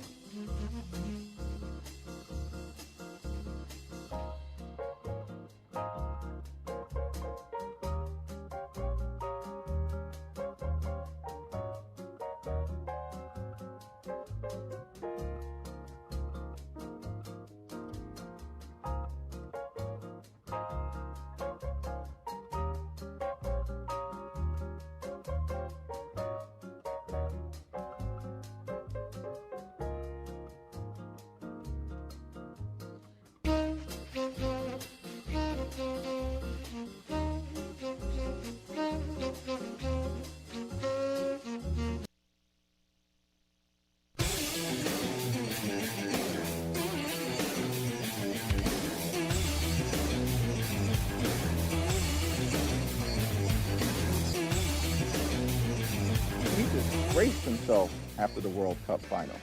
Looked like the old man in a club that no one wanted around. And he's the only one that couldn't figure it out. So we can't, there's nothing that he's saying right now that any of us can take seriously. And that's unfortunate because he's gotten us involved in a war that has now cost the lives of 18 brave service members in Iran. He's announced how many different ceasefires, Donald Trump, how many different ceasefires has he announced during the course of the reckless and costly war of choice in Iran? Is there anything that he says, particularly when it relates to so-called agreements, that we can take seriously? Let me jump ahead. No. No. Is this going to be on the test? Do we have to know this? Sam, you don't know all of the lore of the Stephanie Miller Show going back 20 odd What are you years. revealing? Tammy says, it has been 10 years since John Fugelsang rushed onto the stage at Walnut Street Theater in Philadelphia to rescue Stephanie Miller after she fell into the orchestra pit. Not all superheroes wear capes. John and I will tell you the details of this story. With Fugelsang. Thank God it's... With John Fugelsang. Happy anniversary. Happy orchestra pit anniversary, John Fugelsang. Happy 10 years, sweetie. Someone else beat me to our special moment. But yes, it was on this date. I didn't run on a stage. I dove into an orchestra pit and landed about 10 feet away from you. I was going to make that correction. Hold on. Sam, you don't understand. So, we never played a theater. There was an orchestra pit that was open, and it was not Great marked theater. or taped. Legendary theater in Philly. Brando And I was performed doing, in this stage. some of my fabulous physical comedy, and my boot heel caught on and I fell into the... John Fugelsang did not rush on stage. He jumped into the orchestra pit, could have also injured himself badly, and rescued me. And then they put me in the back of the ambulance with Gloria Allred, which gets you excellent service at an emergency room. Yes. I want to highly recommend it. And let me just say, God bless Gloria Allred. She did not care for any of the jokes Frangela and I told the rest of the night about her being in your ambulance. I But, said she man, does not chase ambulances; she catches She them. rides in them. Yes, I said the same thing. I had to convince her it wasn't a joke. And Frangela was saying, "Oh, it's going to be the Stephanie Miller Theater from now on." But she was great. It was amazing. Thank God we had Rick Unger there. Rick Unger did a solid 20. Who knew what a great Chris Walken that guy did? And we pulled off a show and only had to give about 700 refunds. So it's good. Yes, seriously, I cannot thank you enough. That was incredibly brave. You are a superhero, and so is Gloria Allred. I was really scared. I thought I broke my neck as she held my hand while I was crying, and they were putting me in the MRI machine. It was really a thing. Yeah. So I anyway. know. Anyway. But we were also inspired for Hillary Clinton to beat Donald Trump. We just didn't care. And there Yes. were rumors that the DNC had been hacked and the RNC too, but they probably won't release both of them, right? And yeah, 10 years ago tonight. Yeah, exactly. All right, we can't. There'll be a different kind of excitement October 24th at Saban Theater for the one big LA or sexy liberal show of 2026 yes. with Mark Hamill and Glenn Kirshner Huge. and superstars to be named later as well. So get your Indeed. tickets, sexyliberal.com. It's going to be great. It's going to be great. I just want to wish a very happy Andrew and Tristan Tate are going to prison for years to all who celebrate. Can I say that? Yes, please? yes. He has For he has a cannibal roommate, which is so distressing. I'm beautiful. so distressed for him. I really. Is the roommate okay? Is the cannibal all right? Yeah, I was going to say. I mean, because does Andrew Tate taste like chicken? You mean, I mean, if you, Barron Trump's best friends, Andrew and Tristan Tate? Yeah. if you're in a cell with Aaron, with Tristan Tate or Andrew Tate, I wouldn't want the cannibal to turn into a woman-hating douchebag. You know what I'm saying? It'd be awful.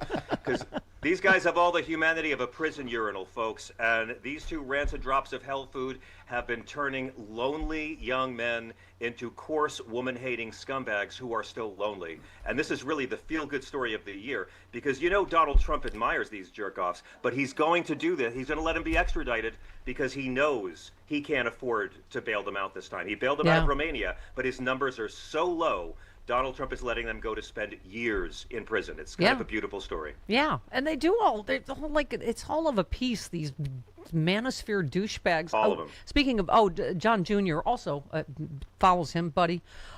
He has finally addressed all those cocaine rumors. John Jr.'s on coke. It's the Stephanie Miller Show. Well, I think we've already covered it, haven't we? Yes, very much so. He said social media... By the way, Bolivia's happy we didn't invade them. He said critics on social media have accused him of being the biggest cokehead in the world. If the spoon fits, I'm just saying. Yeah, He was born with a silver coke spoon in his nose, wasn't he? Yeah. I just wrote that right now. I think it's pretty good for just all right. Okay. The rumors swelled after his sweaty, glassy-eyed appearance at the 2020 RNC, which he blamed on, wait for it, John, bad lighting. Oh, right. You know how right. that well, is. I would have thought he'd blame it on Kim Guilfoyle. I give him credit for being original. He says, just to be clear, he does not do coke. So, there. It's the Stephanie Miller Show. Okay. Wow, he also doesn't meet with Russians at his dad's place of business Right. to sabotage our elections, too. I know how honest he is. Yeah, and also, did you see, John, this New York Times piece? Members of the Trump family have faced criticism for mixing business with politics, but what sets apart the latest moves by Don Jr. is how he, through his 1789 capital, is cashing in on the policies of the current administration openly and without apology. Many of the companies that 1789 have invested in have large government contracts, while others, like Polymarket, have benefited directly from new Trump policies or rollbacks of existing laws. Just 2 years ago, the company made a few $100s. It now oversees more than $3 billion. I mean, you're not going to like my response to this. Okay. Stephanie. You're not going to like my response to this. Why shouldn't these people cash in on the office if the Democratic Party is never going to even mention the emoluments clause? We could have impeached Donald Trump 1 minute into his first inaugural address in 2017 for violating the domestic and foreign constitutional emoluments clauses. Jimmy Carter put his peanut farm, he got rid of it. Mitt Romney, that soulless hump, put his assets in a blind trust. Donald Trump is making billions. And I'm sorry, I'm rooting for these Democrats. It's Friday and I'm tired, but I thought you said Jimmy Carter put his penis in a No, he didn't. Jimmy Carter put his peanut farm. I am Adam. so sorry, John. I don't know. I'm very tired. Jimmy Listen. Carter only put his peanut farm in one place, and it was with Rosalind. How dare you? He was a responsible peanut farm owner. He knew where to put it and how to use it right, too. Your And he penis used is it- in a trust, isn't it? My peanut farm is massive, but Jimmy Carter knew how to use his peanut farm responsibly and not wag it in our faces like Donald Trump wagging his tiny, diseased peanut farm at us. So, I mean, Listen, again, the thing I like about you, Bess, you are a helper. You said my bank allows me to choose my own personalized ID question to prove I'm me. So now when I call, they have to ask me who's the black private who has who's a sex machine to all the chicks, and I must answer Shaft. Yes. You didn't need to bleep that word. It's private detective. It's I common know, parlance. but Chris, I could tell was going to give me if I said the D word. Uh-huh. Yeah. Well, I damn can right. feel it. I Damn think right. I think the FCC is listening, Stephanie. But he's correct. That it is also a word for detective. That's true. All right. It's also the first name of a former vice president. See, look at you being a bag of private I'm going detectives to err about on it. the side of keeping your license, Steffi. I mean, you know, Chris is always going to be a prissy bag of private detectives about bad words. I don't even like it when you say balls. Balls. Okay, John. Wait, so you can say that, but you can't say private detective on this show? Exactly. We've I feel like talked Ben about Shapiro. soccer all week. We I could feel be like talking- Ben Shapiro. The world doesn't make sense anymore. There are no rules. Gender isn't a thing anymore. I'm Ben Shapiro. Why is there no one else in the offices here at Daily Wire? Why am I alone here? I'm sorry. I have to go deep to do my Ben Shapiro. I go so John, deep. you are a patriot. You said the American Revolution was fought by brave people willing to die for liberty. Patriot Front is fought by cowards willing to hide for fascism. You can't reclaim something that never belonged to you. You are a patriot, sir. You just are. Well, thank you. Thank you. That's what, yeah. Well, I try to be. I care about this country. I want it to last. That's why, I mean, you're a patriot. Even Chris is a patriot, and that's horrible to say. I know. But we care about this On good country. days. Look, as irritating as these liberals are, and I know how irritating these liberals are with their kombucha and their proper spelling of the word your. I know, but liberals are the ones, generally speaking, who care about Americans they haven't met and will never meet. And I find more and more with our right-wing friends, it's got to happen to someone they know before they care. RFK is going to have someone he knows get measles before we do something about this. You said tell your right-wing loved ones that increased health care costs are how Trump gave Elon another tax cut. Health care cuts belong to one party, and it gets worse in January. I keep saying this. Yeah, they it gets so timed much it worse in to be January. after the midterms. After the midterms. Don't expect your right-wing loved ones to appreciate this. I keep thinking this. It's just they Talk about we it have now. Get unlimited everyone- we have we gotta talk- unlimited socialism in this country, John, for big corporations For the and wealthy, wealthy yeah. people, and rugged capitalism for the rest of us. I mean, it's and That's That's what Ralph Nader said. Nader Yeah, said yeah. capitalism will never fail because it will always have socialism to bail it out. And we have so much socialism in this country, from the army to to Social Security to the interstate highway plan to government insurance on your paycheck. We have so much socialism in this country. And democratic socialists are just FDR Democrats. I don't think it's a great name. I prefer capitalists with empathy, FDR Democrats, but I get it.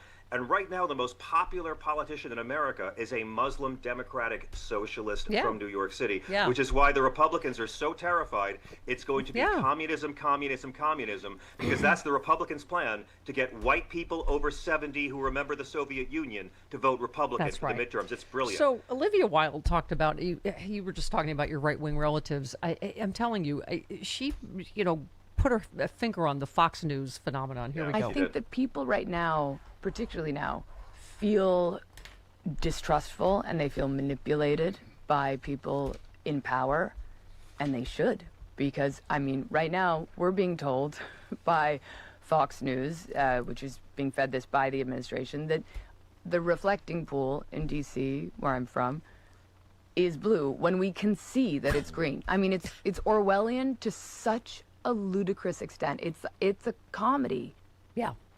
Yeah, we talked to Glenn Kirshner earlier, but this ridiculous reflecting pool case. It's beautiful. They've destroyed the evidence by draining the pools. Like the case is going to get thrown out. It was so ridiculous in the first place. But that's all they do. That's all Trump does. Trump is proof that we don't have a fair justice system when rich people can use it to hurt people they don't like. Yep. Trump doesn't file these lawsuits because he thinks he has a chance of winning. He's trying to bankrupt James Comey with legal costs. Yep. He's trying to bankrupt Letitia James with legal costs. Yep. That's all it is. This is lawfare, folks. They are manipulating the judicial branch to hurt people, and the founders had no mechanism to deal with this. They just couldn't see any of this coming. You also said, I guess if we all own concealed nuclear devices, we'd be a lot safer in case Iran gets one too.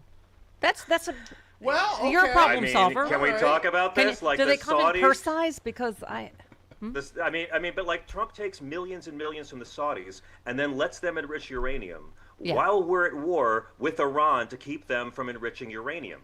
And Trump says, well, this is to contain Iran, And I'm like, another country with nukes in the same neighborhood? That's like, we're going to prevent alcoholism by opening up another liquor store. Okay, that's the plan. Okay. Imagine your neighbor gives your family millions through real estate deals, and your golf courses get millions through their golf league, and your rancid son-in-law gets a $2 billion investment, and they lobby Congress, and then you're like, hey, you know who should have nukes? These guys. Like, that women are property, and they suppress free speech, and they have modern slavery, and Trump just signed a nuclear deal to let the Saudis enrich uranium. Barack Obama signed a deal to make sure Iran never could. Yep. John, you wrote a piece, Explosive Diarrhea, which is not funny, so don't laugh It's not at any funny of at this. all. No, so we I can't will laugh at certainly this. This not is not play. a funny story. I will not play our Yankee Doodle fart music because this is. No, don't do that. John Fugelsang is a serious New York Times best-selling writer, everybody. That's this right, is not I am. funny. Friends, the poor choices of 77 million U.S. voters now require us to talk a lot about explosive diarrhea. Yes. Every time these Christians elect Caligula, God sends a plague. Republicans are deregulating your digestive tract. Oh, no, we're not done yet, Sam. Okay. I thought we were. Essentially, we cut disease surveillance to save money.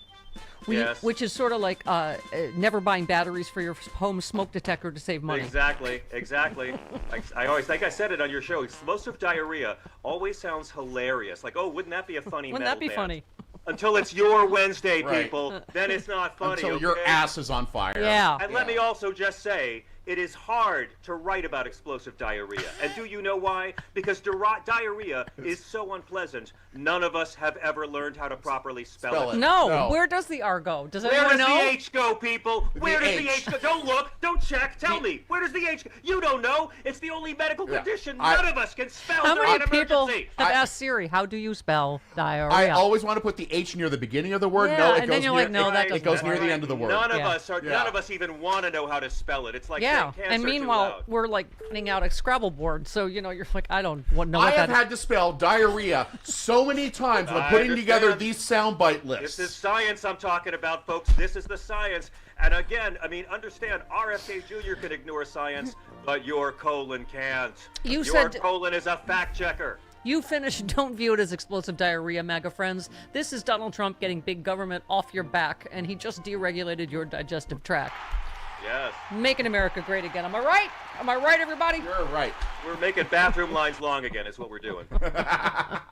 We love you, John Fugelsang. We love you in your brand new time slot, snuggled right into man, me, it is right into me, so- spooning me, right up next to my nice. show. Spooning you, having you be following you, and having your deeply attractive audience. It's really wonderful. Everyone, we got a packed show today as well. Joe Walsh is going to be there. TV's Frank is going to be there. Nikki Friedman from the great state of Florida, and even Mr. Bob Seska is going to be on today's show. So please. Give Joe Walsh a long, soulful, deep French kiss from me. I will Okay? do that for you, Thank but you. not for me. And I want to say my next book. I'm not allowed to announce it yet, but I'll just tell you it's on Amazon. I better finish writing it. It's up for sale now, so I can hopefully make that announcement next week. But it's up there now. Googling that and diarrhea. Hang on. How do I find John Fugelsang's new book about diarrhea? Okay, I love you, John. Thanks for the diarrhea talk and the Tate brothers. Bye bye, You guys. too. You too. Bye bye. So unpleasant. Deeply unpleasant topics today. 49 minutes after the hour. Good morning, Steph. I don't know if you saw, I caused a little bit of a hubbub on mainstream media. I think I may have gotten booted off of CNN for stating that Trump is a 34-count felon and also an adjudicated rapist. Yeah. That's shocking news, apparently. Right. Water is wet and fire is hot. Yeah. Oh, but there was a scramble in the studio as soon as you said that. Oh, boy.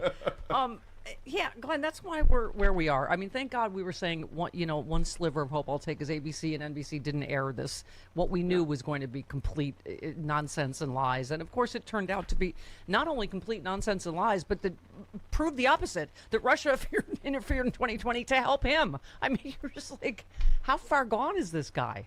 Yeah, Steph, there are just some things that are like smash mouth obvious regarding Donald Trump's BS. Just think about this. In 2016, when the Obama administration was kind of loosely speaking overseeing elections, I guess they were free and fair. Donald Trump won. In 2024, when Joe Biden's administration was in power, Donald Trump won. But in 2020, when Donald Trump's administration was in power, there was massive fraud, and Donald Trump lost, even though his own agencies and executive branch officials, including Bill Barr, for gosh sakes, said free and fair elections, no fraud undermining the results. I mean, it doesn't make any damn sense, at least if you're able to separate, truth from lies. Yeah, no, absolutely. So here's the thing. We were saying yesterday, Glenn, before that he's not going to, it's too soon for him to go the steps where everybody's afraid of and openly talking about federal control, seizing ballots, martial law, whatever. But God bless Senator Slotkin last night talking about this. Want to get your take. Here we go. The president refuses to rule out, as does his cabinet, sending in uniformed military. And you have to think through these scenarios. Think about that for a second. I've had meetings with officials in Michigan. What if they send in the military and they say, you know what, we're coming into this voting location. We're going to seize machines. What will we do? What if they don't have a warrant? I mean, these are some really scary kind of tabletop exercises, things that we're having here because the president has made clear this is not a joke to him. This is not something he just says kind of offhandedly. He's obsessed with it, and so he's willing to really do anything to win, quote unquote, in November. This is a fine needle we're threading, right, Glenn? You and I talk about this every week. God bless the Senator Slotkins and Warners and Kellys and all of them, and the networks that are openly discussing what he may do to try to rig these elections. That's the best we can do at preemption. As you keep saying every week, he keeps losing lawsuit after lawsuit with the things he's tried so far. But what's your reaction to what Senator Slotkin said? I agree that is someplace Donald Trump wants to go. I don't know if the military will comply. Listen, I've lost a little bit of faith in our beloved military. I served active duty 6.5 years.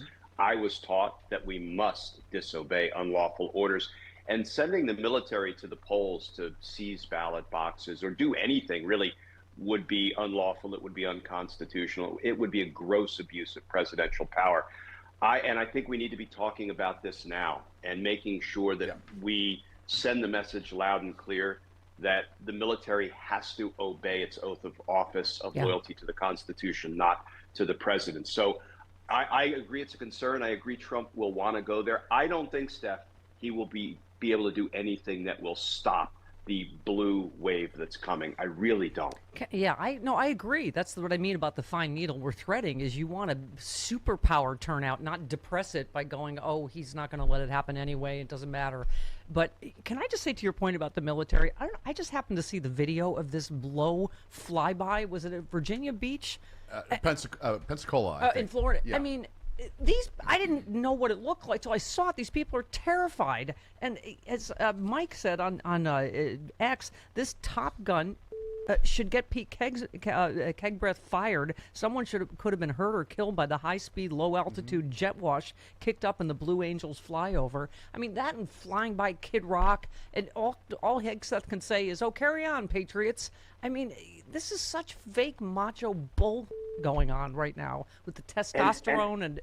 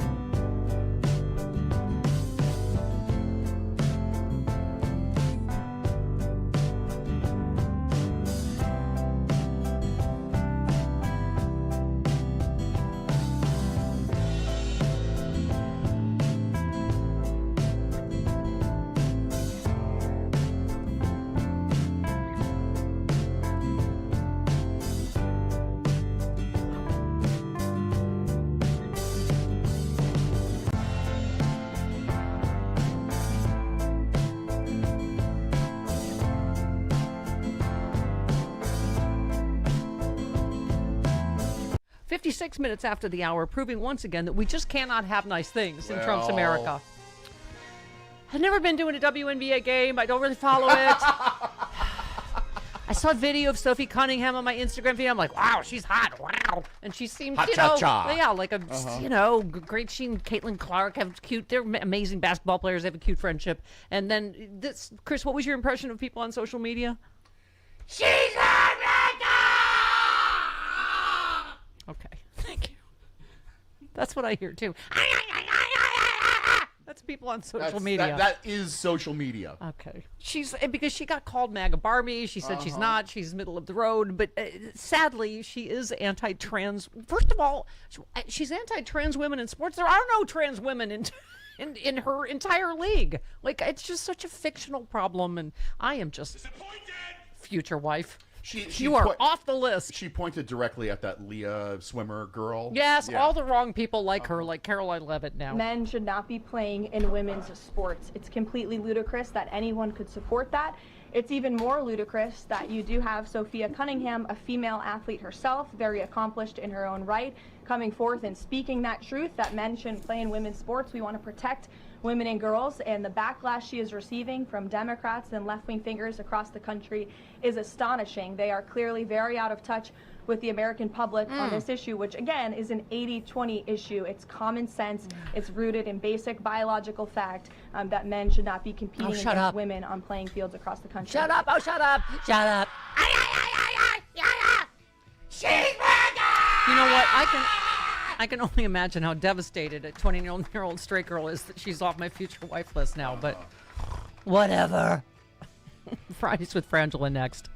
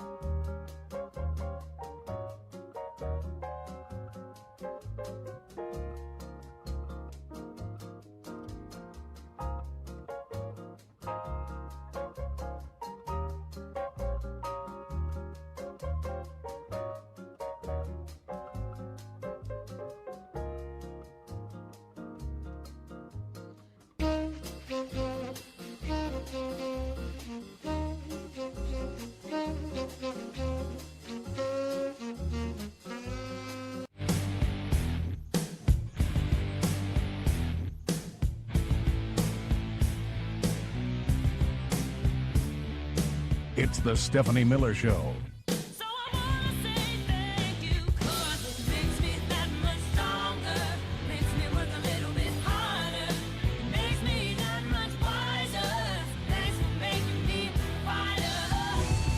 You might remember back in March when President Trump quickly launched his quick war in Iran, and conservative media told you how quick it was quickly going to go.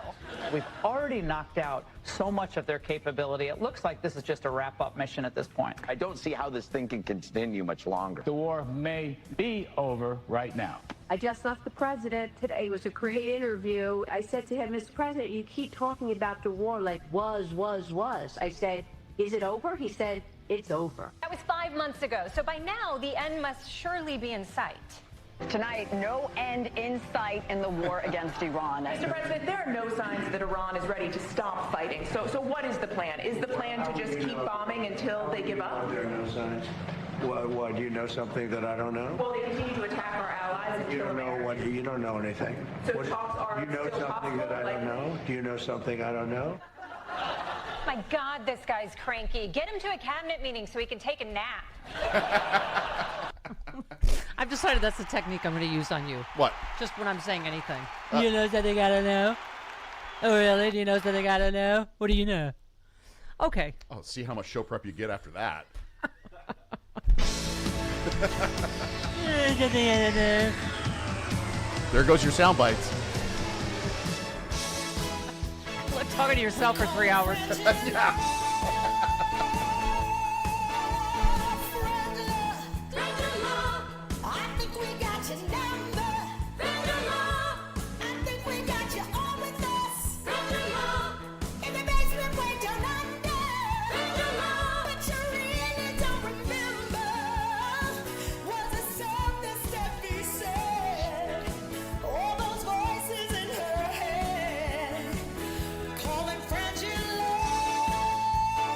Yeah. Woo! Yeah! We made it! Yes. Hi, Woo. Frangela. Good morning. Good morning. Good Happy morning. Orchestra Pit anniversary. Yes. And good morning to our never-ending war and exploding ass lettuce diarrhea. Good morning. Yes, good morning. Good morning. Okay. Yeah, that was Psychosflora. America has fallen into the orchestra pit of life. America has fallen. That was the best. I've never had a more exciting. I mean, once you were okay, in the hospital, I was like, Francis, John Fugelsang is exactly right. We went on stage. We were like, what y'all want Stephanie to name her new theater? Totally. Like, Lori Horowitz going to have this signed over to her by the end of the night. Okay. She jumped in an ambulance with you. I was like, ooh, this is going to be good. This is going to be good. So, I don't know. Why are they calling it a bombshell report? Don't we know they're lying to us about everything? Bombshell report reveals Trump administration removed U.S. troop names from Iran casualty list. We know they're lying about everything, right? They removed the dead, the numbers. I mean, we already know this, right?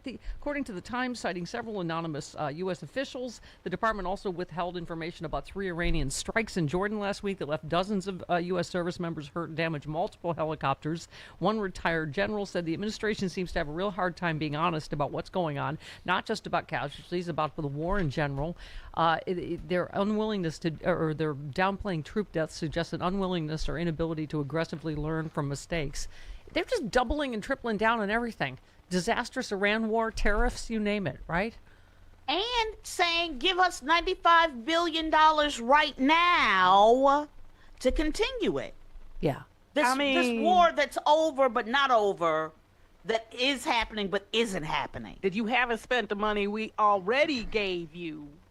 I don't know why they think we made them money. They really do think that this country is made of money. You can't steal billions and want billions for things and think that we don't keep making billions. Yeah. Well, I feel like even like they're talking like on Newsmax, they're starting to, whatever this douche canoe is. He said Higbee? Yes. Yes. He still said, I mean, they do all the talking points and blah, blah. We got a kid having a nuclear weapon. And then but he said the reports were running low on munitions. How? Like, that's what we spend $1 trillion a year, more than the next 24 countries combined, 23 of which are allies to be good at war. What went wrong? I mean, even Fox News, like, they're having a hard time spinning this, right? What you gonna spin? You gonna spin trash?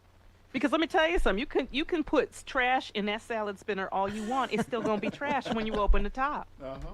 Like, that's the thing. It's like, and I know that they think money solves everything, but their gross miscalculation here, and I think that is a huge understatement on my part, that I think is steeped in racism, that they were going to come in here and tell people what to do, has left the entire world less safe and in grave economic moments. Peril. Yeah.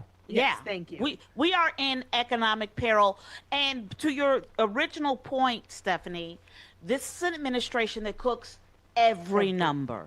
There's not one truthful metric from his weight to the numbers that were out there for his inauguration, to the jobs numbers, what they do, to the deaths of our service people in his, Schrodinger's war.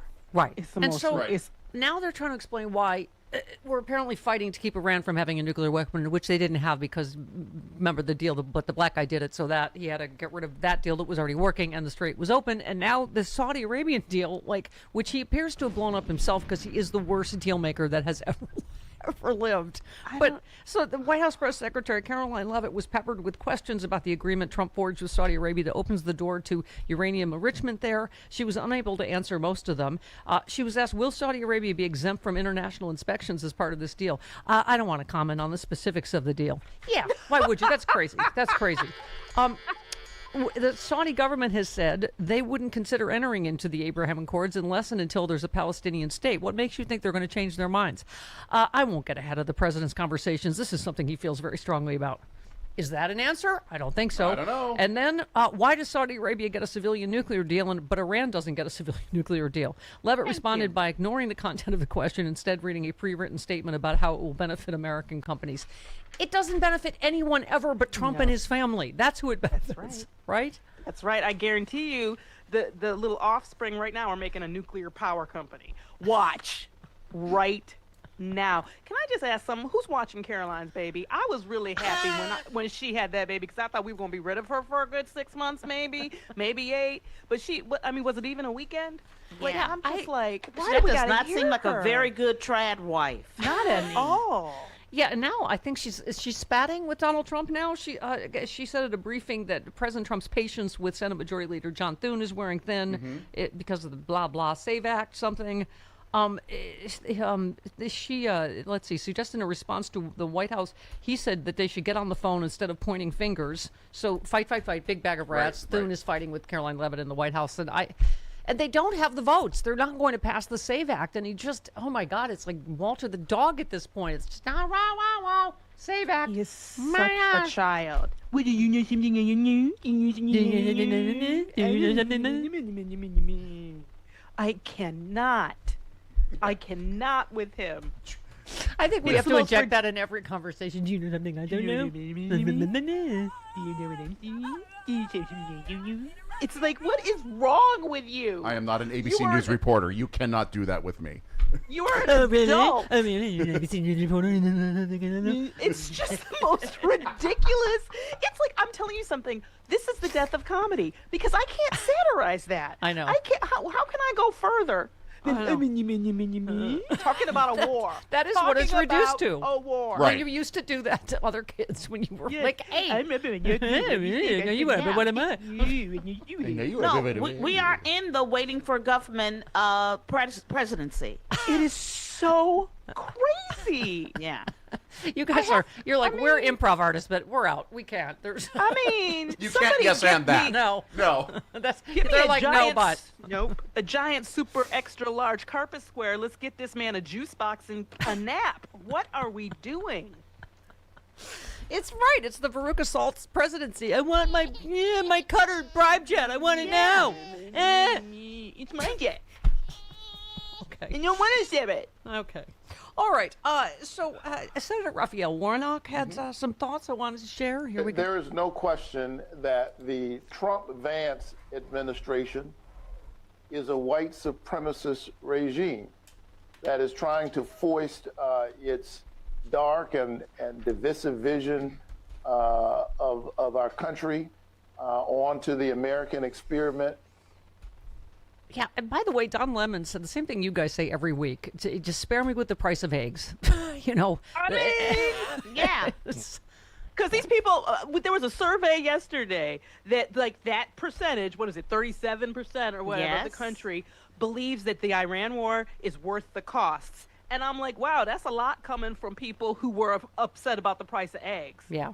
Yeah. Like, oh, tell me, I need to stop hearing that what people care about is affordability. No, they don't. What they care about, the MAGA base, is white supremacy. Is blaming what someone else. else. What they care about is monetizing their whiteness. That's what they care about. Yep. Speaking of which, these stories are starting to pre-piss me off. I know we're a long way away from 2028, but Fresno Bee said there's an idea taking hold on the left that former Vice President Kamala Harris is a viable choice for the Democratic presidential nomination in 2028. She isn't. And even if she somehow won it, she'd be a certain loser in the general election. Okay. I'm going to lose my shizzle. And so someone posted that and said, these articles are something. Kamala isn't a viable candidate? Ha. She's not a viable candidate, my ass. Harris was Vice President of the United States of America. Will she win? I don't know. I hope so. But either way, she sure AF is viable. I mean, you know, are we seriously ruling people out now, this early? Yeah, let me tell you something. What I learned, one of the things I learned, is that allowing a small group of rich people, whether they be Democrats or Republicans, to decide things doesn't work. Because I maintain, had they not turned on Biden, we may not be in this place. Thank you. I can't get it. You know, I play Thank you, George Clooney. You know, I play Hunter Biden every day on this show. That's what I'm saying. I'm like, that is where I know we need to be. How about you listen to the voters? How about we decide viability? How about that? Yeah. Now, this is Jesse Waters, I think, maybe hyper-powering our base, but here we go. Jonica, it's a new one from Tampa. If AOC becomes president, are you moving to Paris? Didn't I promise I'd move to Paris if Kamala won? Sure, yeah, I'll move to Paris. Fantastic. No problem. Fantastic. That's, I mean, as if we needed more reasons to vote. That's fantastic. Yeah, but don't ruin Paris like that. I mean... Maybe he meant Paris, Texas. Yeah, I mean, that's foreign enough. That was Jesse Waters when he's not talking about the lighter side of military rape. Yeah. Yeah, he's a prince. I cannot wait. I was thinking maybe he should go into space. There you go. This is because we're liberal helpers. I believe there's a Paris on Uranus. Is there? Uh-huh. What you do? You know something I don't know? He knows something I don't know. Okay. That is so unattractive, and I can't help yeah, myself. it is. Donald Trump has made us all mean and all crazy. You're lucky you're doing this on a Friday where I can like take two days off from this. He's like a less smart Hartmann. Yes. Totally. Beefcake. Okay. They killed Kenny. Okay. Okay, that was good. 19. Oh no! It was not. Don't glaze her. Do not glaze her. More. Kyle's mom is a big fat bitch. She's a big fat bitch. Kyle's mom is a big fat bitch. It's Friday. It does not sound That like did not anything sound like Fred Fred Sanford. Sanford. Thank you. Thank you. Thank you, Francis. All right, 19 minutes after the hour. This other 98 said, watching these generals begging for $1.5 trillion after starting a ridiculous war of choice we are currently losing is absolutely disgusting. I thought it was America first, and he promised no new wars. Right. And Stephen Miller is just such a Nazi goon. What a... Yeah. I don't see how you cannot look at that and see bright neon arrow signs pointing to bad guy, bad guy, bad guy. It's so obvious. Yeah. They'll just all fall in line. Jim Banks, Senator for Republican from Indiana. President Trump has done so much to bring long-term, lasting peace to the Middle East. The Abraham Accords in the first Trump term, and now what he's doing in this term to wipe out Iran's military, to wipe out their ability to have a nuclear weapon, and to prevent them from funneling money to Hezbollah and Hamas and terrorist proxy groups. Wow, it's peace that we're looking at. That's what's happening in the Middle East. Unprecedented peace. Yeah, I would say he should take a trip there. Yeah. Vacation. All right. Carlos, you've been a good boy, so I'm going to sport the sports again for you. There we go. Let's do it. Thank you.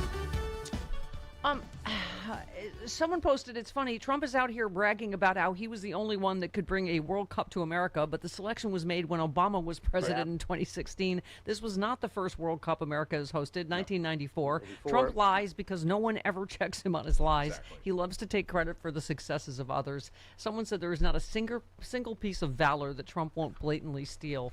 I mean, it is just endlessly embarrassing the way he tried to. What did Jon Stewart call him? Kankles Muldoon, just like getting his way to Spain's picture, like. And then they cut him out. Yeah. It's like a really crappy birthday clown that the kids don't like. Oh, they want me to be here. No, get away, get Bobo. out.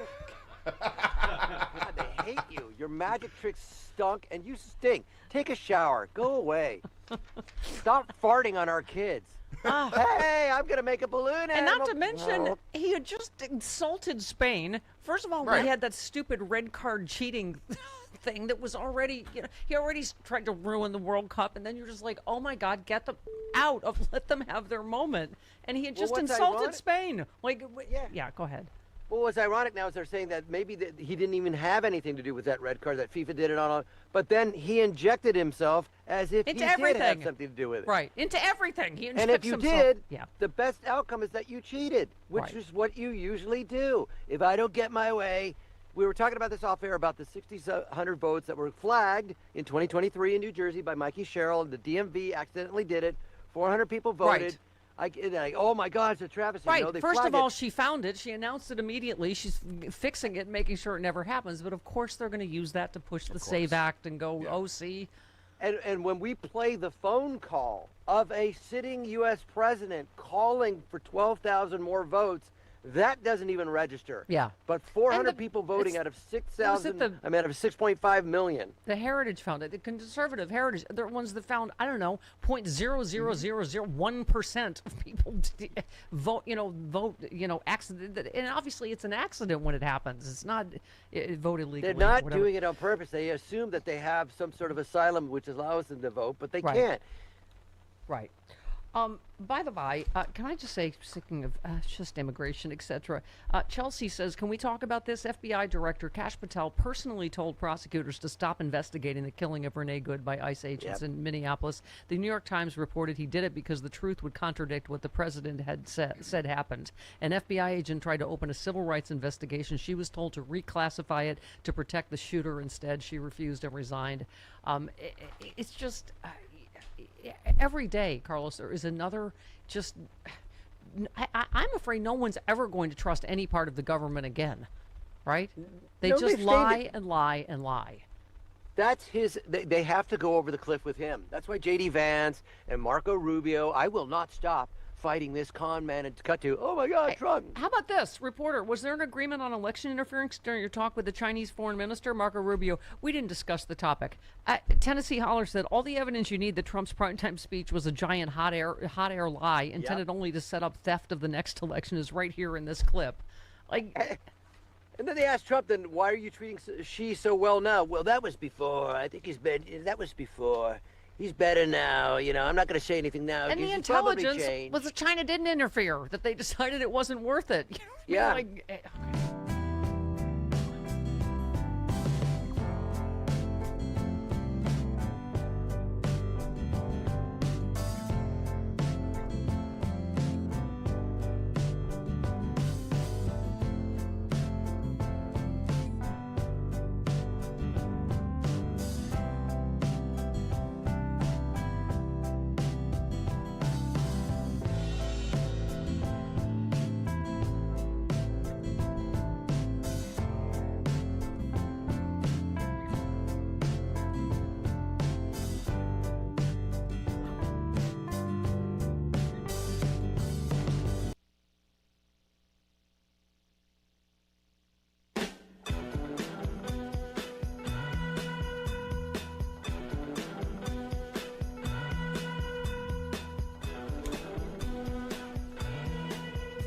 She's all you'd ever want. She's the kind I'd like to flaunt and take to dinner. Yeah. But she always knows her place. She's got style, she's got grace. She's a winner. Yeah. An A. She's a lady. And lady bitches. And the lady is Stephanie Miller. 25 minutes after the hour, Fridays with Frangela. So here's some good news. The Emerson College polling shows voters find Democrats with an 11-point advantage over the Republicans on the generic congressional ballot. Driving the Democrats' significant lead on the ballot, women voters. Excuse me. Girls. Women, we're gonna have to do this, right? Mm-hmm. We're just all the ladies better act right. Talking to you, white ladies. I'm talking to you, white ladies. It's time. Can Beyonce redo, since she did Freedom for Kamala, can't we do all the white ladies? Can't she redo that? All the white ladies do all right. the white ladies. All the white ladies. You better vote right. You better vote right. Okay. I'm just... Because you've been on a punishment, and I'm trying to let you out of punishment. Okay. Let's go to Karen in Chicago. You are on with Frangela. Hi, Karen. Good morning, ladies. Good morning. Sing with me, Karen. All the white ladies. All the white ladies. All the white ladies, yes. Okay, go ahead. Yes, 57% of us, to be exact. So we have to get this right this time around. But I just want to say, there has got to be accountability after, when this is all over, just from Caroline Leavitt all the way up to Trump. This propaganda machine, the medical malpractice and misinformation that they're putting out, they all have to be held accountable. And then I also just want to say, if I may, we had these fantastic guests on yesterday on True Blue Politics, and the episode will drop on Monday, and their names are Francis Collier and Angela B. Shelton of the Detroit Sheltons. We were very excited, and I want to give a special shout out to the Political Voices chat room, who are throwing out all kinds of hearts to you ladies, because this is our favorite hour every week. Not to be competitive, but I have rude pundit Jill Wine-Banks and Frank Figluzzi on Monday, so I'm just saying. It's not a contest. You have entertainment options. Monday's going to be a fantastic day. You're right. You got something to do for at least No 4 hours. No one's going to have a case of the Mondays, right? That's right. Also, I think this is pretty good news. Mike Lindell, pillow guy, leads the Republican gubernatorial primary by 9 points. Go pillow guy. How? Yeah. Well. How? Some Minnesota voters are biting the pillow and voting for him. I mean, Klobuchar's got that, right? I believe so. I think so. Right. Yeah. I believe so. Yes. They're not going to, because that will really, I think I might spin out on that one. Even the Republican Party of Minnesota's choice is at third place there. Rick in New York City. Speaking of the the elections. Hey, Rick.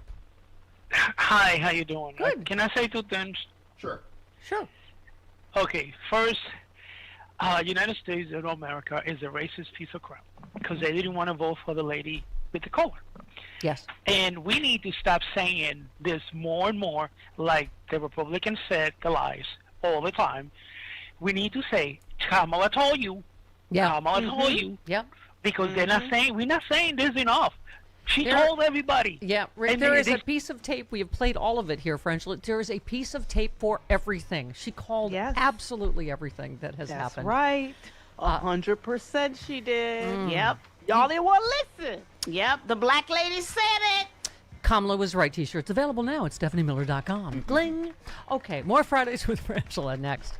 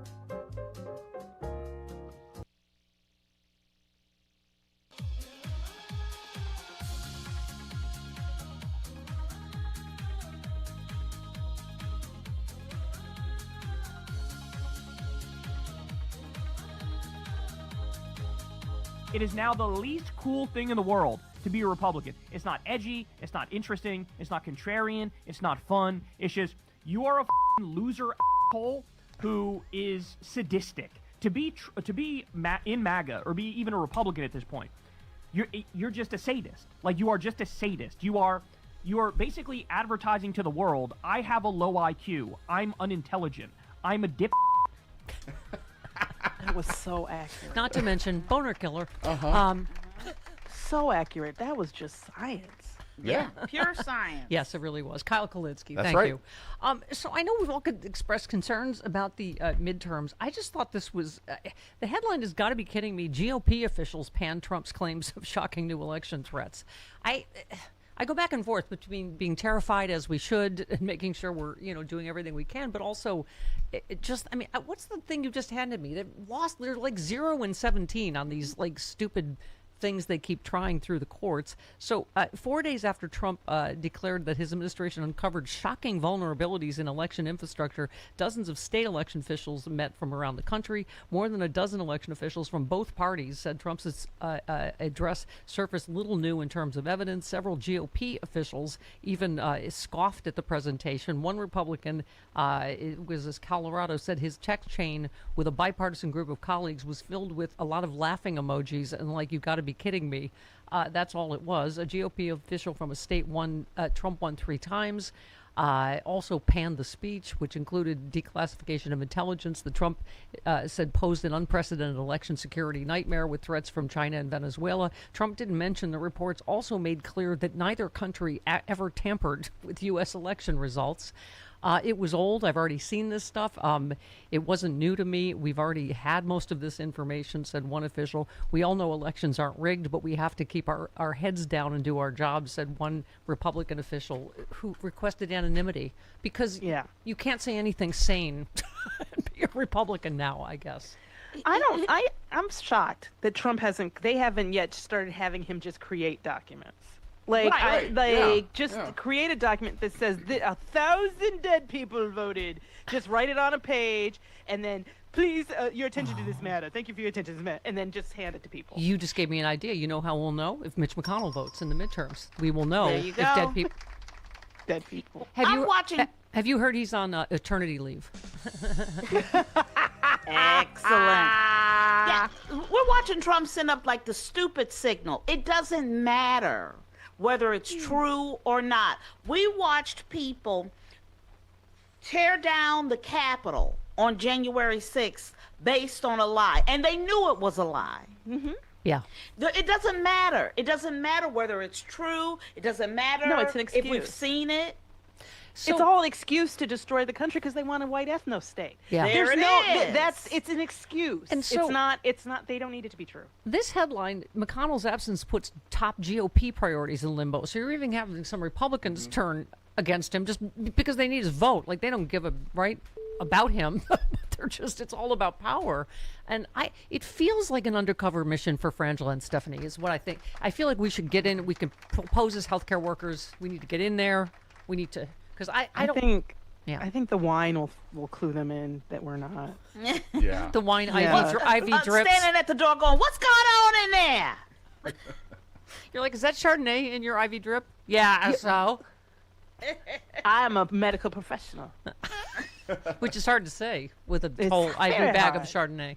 I'd like to see you try it. All right, Unprofessionals. Medical professional. Self-profession. Like the Lush in 9 to 5. You could just say medicinal purposes. Oh, and also we could just have the name tags that Lily Tomlin had. I'm a doctor. Piss off. Yeah. Let us in there. We need to check some stuff. Okay. Mark in Illinois. You're on with Frangela. Hey, Mark. Hello, Mark. Steph and Chris, other awesome people. Thanks for taking my call. Hi. Thank you. Long time, third time. It's been 15 years. It's been 15 years since my last call. Okay. Just if you let me say this real fast, anyone who has anything disparaging about the enormously talented late great Jim Ward ever again, you give them my contact info. I'll give it to your screener. I'll straighten him or her out. Okay. I just had to say that. Okay. Thank you. Steph, look, you're not going to hear this, but I'm sorry. You need to hear this because I think your voice matters. I think your voice matters plenty, Steph. So you need to stop. You've been talking for about 28 about Kamala. Okay. As Democrats, please, we beg you. We got to hit this by the way. we got to come to the side of reason and stop ignoring reality. As Democrats, we must not nominate a woman as our nominee. I wish we were as evolved as 70 or so other countries that he pulled the speed off. We are not. All right. Frangela, let's discuss. On an hour with 3 women, he says, no, He don't calls no. in to say, Yeah, no vaginas. Okay. He calls in from the Mojo Dojo Casa House. Yeah. Shut him down. I don't want to see him. It's You're just threatening the patriarchy, Stephanie. I here's the thing. He's just Ken. First, He's just Ken. This is not a good advertisement for voting for men. This is not like I just I think the real mistake that we make is in not letting voters vote, and in what happened in that election shouldn't have happened when they got rid of Biden. Right. Yeah. I mean, who's going to deliver me? Eric Swalwell? Graham Plattner? Who's going to deliver me? Yeah. If to me it seems like we're having a real problem with straight cis white men as candidates. Yeah. That seems to be the problem we're having. Angela V. Shelton for the win, ladies and gentlemen. I'm just saying. Just saying. I'm talking about evidence. And look on their side. I feel like we have so many high-quality candidates that have all been mentioned. J.D. Vance has some work to do in the Granite State, according to CNN's latest poll, the New Hampshire poll. So he's at 36%, Marco Rubio at 26%. They're both pathetic and have the Trump stank all over them, right? But so that's a massive change since February when Vance led the survey 53-7 for Rubio. He said Vance is dropping like a rock. Is it me? All of these people are just pathetic and weaselly, and they're all on record more strongly than any of us about what a complete dirtbag Hitler Donald Trump is, right? I just don't understand what mirror does J.D. Vance and Marco Rubio look into that tells them, yeah, you can be president? I'm trying to understand how they have this idea in their heads. Marco Rubio got 18 jobs, okay? But he ain't doing none of them right. No, you're right. Yeah. I mean, show me one that's going correctly. Yeah. That's what I like. Now, I don't know if our caller is a Jesse Waters fan, but the headline is Jesse Waters, college degrees make women ugly and bitter. So, again, not since his thoughts on the lighter side of military rape have we been treated to such a... Okay, he said, if you get a degree, apparently, you're going to be resentful, and then you're going to get bitter because you're single, and if you're a woman, men don't care if you have a PhD. That's not high on our list of attributes. So you're going to get angry, and then you're going to get ugly, and you're going to have a bad attitude. No one wants to hire anybody with a bad attitude. Nobody wants to date anybody with a bad attitude. Didn't he cheat on somebody with... I think he got his current wife because he let the air out of her tires or something. Because, yeah. Anyway, go ahead. Your thoughts. I mean, I just, when I look at the I don't understand how they go to bed at night. I don't understand how they get through their days. I don't understand how even like Michael Steele, who we really do like. I'm like, Michael, how can you still call yourself a Republican? Yeah. How can you do it? Cover your ears because this is a very, very subtle dog whistle. Trump declared Democrat-run states will become ghettos. The ghettos of the USA if companies and rich people keep running away due to hefty taxes. Is that rich people and companies are pouring out of Democrat-led blue states at levels never before seen. If this trend continues, these states will become the ghettos of the future. No people, no money, no hope. Make America great. Okay. You that know was what? sounded just like him. Yeah. Totally. The economic centers of this, heartbeats of this country are democratic cities, okay? Where industry, intelligence, diversity, creativity, thrive. Yeah, we just did this week. The population of California has gone up every year. We're at our highest. Like this whole everybody's leaving. It's just such. But that's what they see on the news. Because I was at like a little dinner thing, and this man came up to us and was like, "I heard you guys live in California. How is it out there? Is everybody okay? Are you okay?" They're like, "It's just awful. I know with all your horrible government, your economy. I mean, is anybody making any money? Or the farmers?" And I just looked at him and I went, "Well, it's the 4th largest economy in the world, so I guess we're doing all right." Yeah, so I guess we're hanging in there. I don't know, 40 million of us are hanging in there, I guess. But it's like that's what they hear all day. Is that it's a hellscape in Chicago? Yeah. It's a hellscape in Detroit. Do you know what's going on on in Detroit right now, it is full of white people wearing Lululemon, walking around with coffee drinks. It is, I mean, in California, like it's just, but that is what they hear all day. Yeah. And you got Spencer Pratt out there willing to shovel that message all day long. Yeah. What do we lay Ralph for Spencer. music? Is it Wipeout or Yeah, is it's it? Wipeout. He's It's looking for Wipeout. it. Is it in my box? Okay. Yeah. No, it cracks me up. The people and they've never been to California, but they're all like, it just seems awful. Are you guys okay? And we're like, woohoo! Surf's up. Yeah. 75 degrees again. Although today it's supposed to be 94. Oh my It is God. a little hot. Yeah. But no, but they get real hot Yeah. in like the South during this. I'm like, no. But that's what Fox News tells. You know, people people have to do their own research. You can't just watch one station. Anybody. Yeah. Yeah. Exactly. Can I just say, they just see we have a T-shirt that says Republicans just bad idea factory, because they are just a bad idea factory, like we were saying earlier. He keeps doubling down on everything that's wildly unpopular. Tariffs, the Iran war, just like every idea they have is it. Okay, but meanwhile, I just thought, I love Senator Andy Kim. Do you remember he was the one that was on his hands and knees cleaning up after January 6th, which is, boy, is that a visual for what Democrats always have to do in this country, right? Hello. But anyway, he unveiled a proposal this week for all American children to receive Medicare, a program he's dubbed MediKids, saying Democrats must bring new ideas to move the conversation on health care forward. That's common sense. Right. MediKids Act would automatically enroll every child in the program at birth, provide continued eligibility till the age of 26. Perfect. I think that's a great idea. It's an Yes, absolutely please. amazing idea. It's an amazing You know what? idea. That needs you to get don't, more You don't have to be publicity. left or right. If you want kids, if you say you're pro-life, this is where you need to be at. Yeah. Yeah. No, exactly. Oh, by the way, I'm glad you brought that up. Hate Group says Trump has lost all his pro-life credibility. Oh. Fight, fight, fight. Big bag of rats All on the right. right. You're all equally awful. This is Tony Perkins. Oh, no, Mother Blood. Oh, no. no, Mother Blood. Not that Tony Perkins. Nope. So that's labeled psycho music. No, Poor it's- Sam. No, it's don't. All right. Don't. Never mind. It's- We're still looking for the surfer music. I have an alternative. Okay, yeah, that works. Yeah, it okay, does. that's fine. Okay. He said they write, while the pro-life's disillusionment with Trump is no secret. So Roe v. Wade, not enough for them. Right? It's like, it was refreshing to see a parade of senators demand answers on why the president hasn't lived up to his first-term legacy on an agenda that many consider the most critical of our time. As disappointing as it's been, blah blah blah. Trump's most perplexing retreat has been the most deadly. His refusal to protect women from the dangerous drug mifepristone. I mean, Oh my God. they just was it Tommy Lauren. was saying, like, they're not being mean enough on immigration. They're not deporting. He was No. furious. They're not deporting enough people. I mean, That's But, right. it's Tom never. Bowman said we're deportation maxing. We're deportation maxing.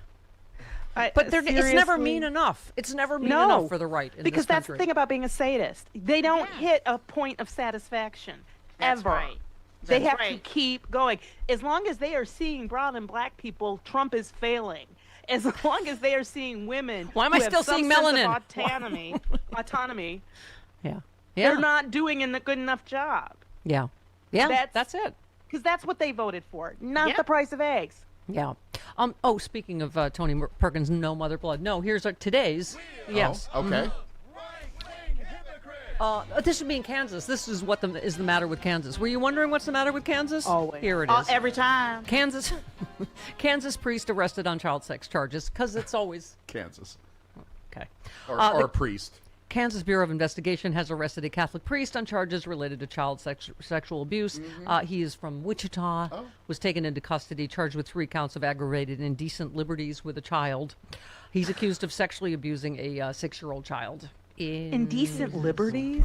Yeah, no, I never heard it put that way, but Maybe Kansas has laws like that.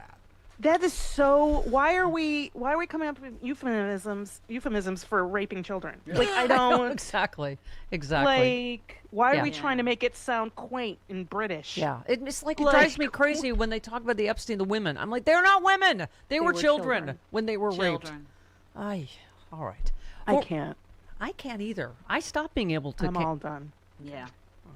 We're gonna eke out one more segment anyway. 48 minutes after the hour. This Trump is doing, and what Hegseth is doing, and what ICE is doing, is terrorism. They're using these tactics to terrorize the American people, to instill fear, to ultimately keep Americans from going to the polls, the way ICE is violating the constitutional rights of not just undocumented immigrants, but documented immigrants and American citizens and visitors to the United States. This is terrorism. This is designed to instill fear writ large. I'm so glad you keep bringing stuff up that now I have to ask you about. So, Thom Hartmann, here we go. It all goes back to the Dems, who want to continually attack ICE and tell people to evade them, tell people don't comply, tell people to resist, and tell people ICE isn't real law enforcement agency. I said if the hateful rhetoric didn't stop, there will be bloodshed. And I'm saying it right now. There's still going to be more bloodshed unless they shut their mouth and let ICE enforce the laws that they enacted. Wow. That's fascism 101. Just sit down, be quiet, and take a bullet to the back. If you don't if you don't shut up about us killing citizens in cold blood, we're going to kill more citizens. Yeah, sounds like we're damned if we do and damned if we don't. So how about we do? How about we stand up to the illegality and the unconstitutionality? No, we're not going to lay down and take a bullet to the back or the head or the thigh. Tom, we're not going to do it. Yeah. All right. So how could you understand a word he said anyway? I was going to say I need a translator. He needs to enunciate a little better. The war against enunciation. Yeah. Representative Jim Himes with the same thought. Just want understand what happened tonight. The president was setting the context. He was setting the basis for him to turn around at midnight on Election Day and say, "I warned you. I warned you back in July that the Chinese were doing XYZ and the Venezuelans were doing XYZ and all this terrible stuff. It happened tonight. I am deploying federal officers from the Department of Homeland Security to 7 states. They will be seizing ballot boxes in those states because we know that lots of undocumented aliens voted in those things. So we are seizing ballot boxes." That is the fear, right? That you know. He is, as you say, like, how many times have we said, "Oh, well, he can't do that," and then the East Wing's gone, right? Right. Well, you know what, Steph, if I were an elected state official or a state attorney general, I would not permit ballot boxes to be seized by anyone because the state authorities have a responsibility to protect their free and fair elections. Do I want National Guard troops battling against U.S. military troops to protect ballot boxes? No, I don't. But I'll be damned if, as a state official responsible for protecting the free and fair election and the voting rights of my residents, I'm going to lay down and let people steal ballots and ballot boxes. Not going to happen. I also thought it was a little eerie. He specifically mentioned 7 swing states, which a lot of us have questions about what happened in 2024 in the swing states, particularly, because that's the other thing you have to remember is they can micro-target certain states. It doesn't have to be everywhere. Let's talk about yes, with Todd Blanche in charge, I'll feel better about all this. Let's talk about the Todd Blanche hearings. You said, will some senator please ask Todd Blanche why the DOJ approved the $1.8 billion cop beaters fund, and yet, oh, by the way, I got that in on CNN before they booted me off. I said cop beater slush fund, which is also why I'm uninvited. You said it now. Blanche is disavowing, running away from it, tacitly acknowledging it should not move forward. Well, but again, still won't put it in writing, right? He won't put it in writing, and he's a lawyer. He claims to be, and when you enter into a written settlement agreement, you don't just say, you know what, I forget about it. I'm not going to enforce it. No, you actually have to disavow it in writing, which is what the agreement says in the first place. You can only modify this in writing. So, Todd Blanche is not an honest broker of the law. He is not to be believed. And, let's see, will he get confirmed? I fear that he probably will. And he will continue to do Donald Trump's bidding. But you said it best. He's represented the interests of the President of the United States. He has not represented the interests of the American people. Indeed, he has victimized the American people, first among them the Epstein victims and survivors. I thought this, give me Senator Booker with Danny Bensky, one of the Epstein survivors, was particularly telling.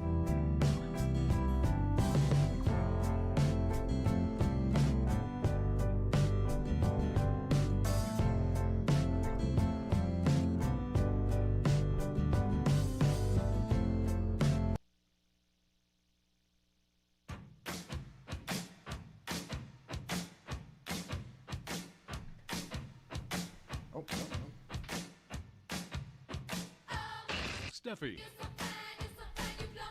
Steffi.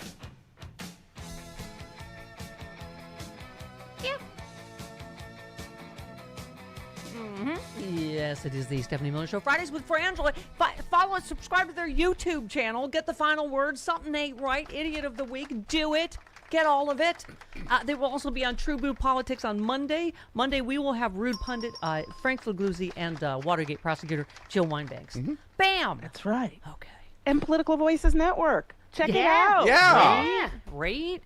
Oh God, I forgot this one for Dr. Doom today, but this is the kind of stupidity, parade of stupid we're going to be subjected to. Dr. Fauci is going to testify before a Senate panel next week.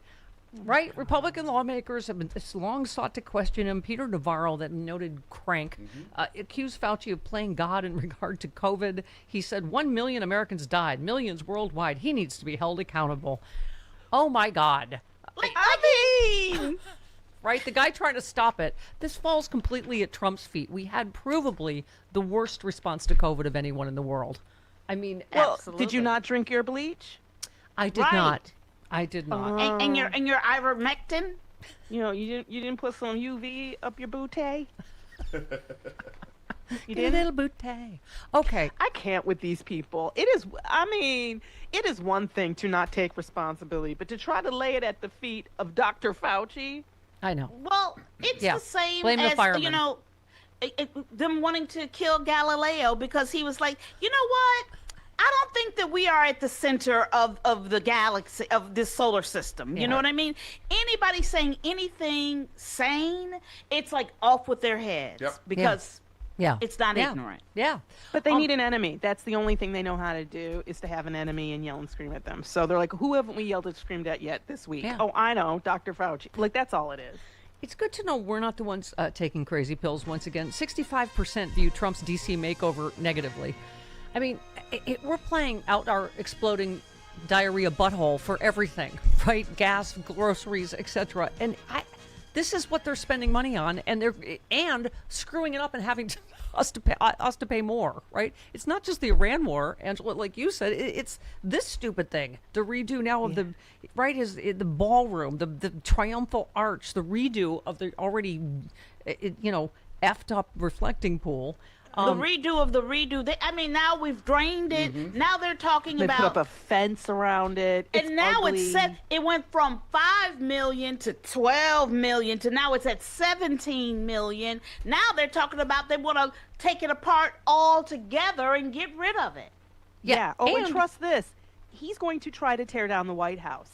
Trust and believe this. He is absolutely going to try to do it. When we are all hurting out here in the economy, the fact that all they're doing is naming stuff for him. This is the last one today. New York's Penn Station to be renamed, possibly for Trump. Yep. Federal authorities want to rename New York Penn Station. Back in February, Trump reportedly demanded that Chuck Schumer agree to put his name on Penn Station and Washington Dulles in exchange for unfreezing $16 billion in aid for rail between New York and New Jersey. He is just a full-time mob boss. Yeah, you usually wait until someone dies before you name something after them. Does he know something that we don't? That's a nice is trade, he dead Chris. man That's walking? What is it? That's a 'Cause, nice trade. You do one thing for myself. You do one thing for us, and we will put your name on everything. That's what I'm saying. I will change my name to Donald J. Trump if you will just go. I mean, at this point, Go we need to meet start your naming maker. things after Mitch McConnell. Yes. There you That's what go. I'm saying. Go meet your maker. Go home. Go to Valhalla Elysium. Dig yourself there, and I swear to you, I will somehow get pregnant and name the child Donald J. Trump. Let's do We this. love you, Frangela. We'll see you We love Monday. you.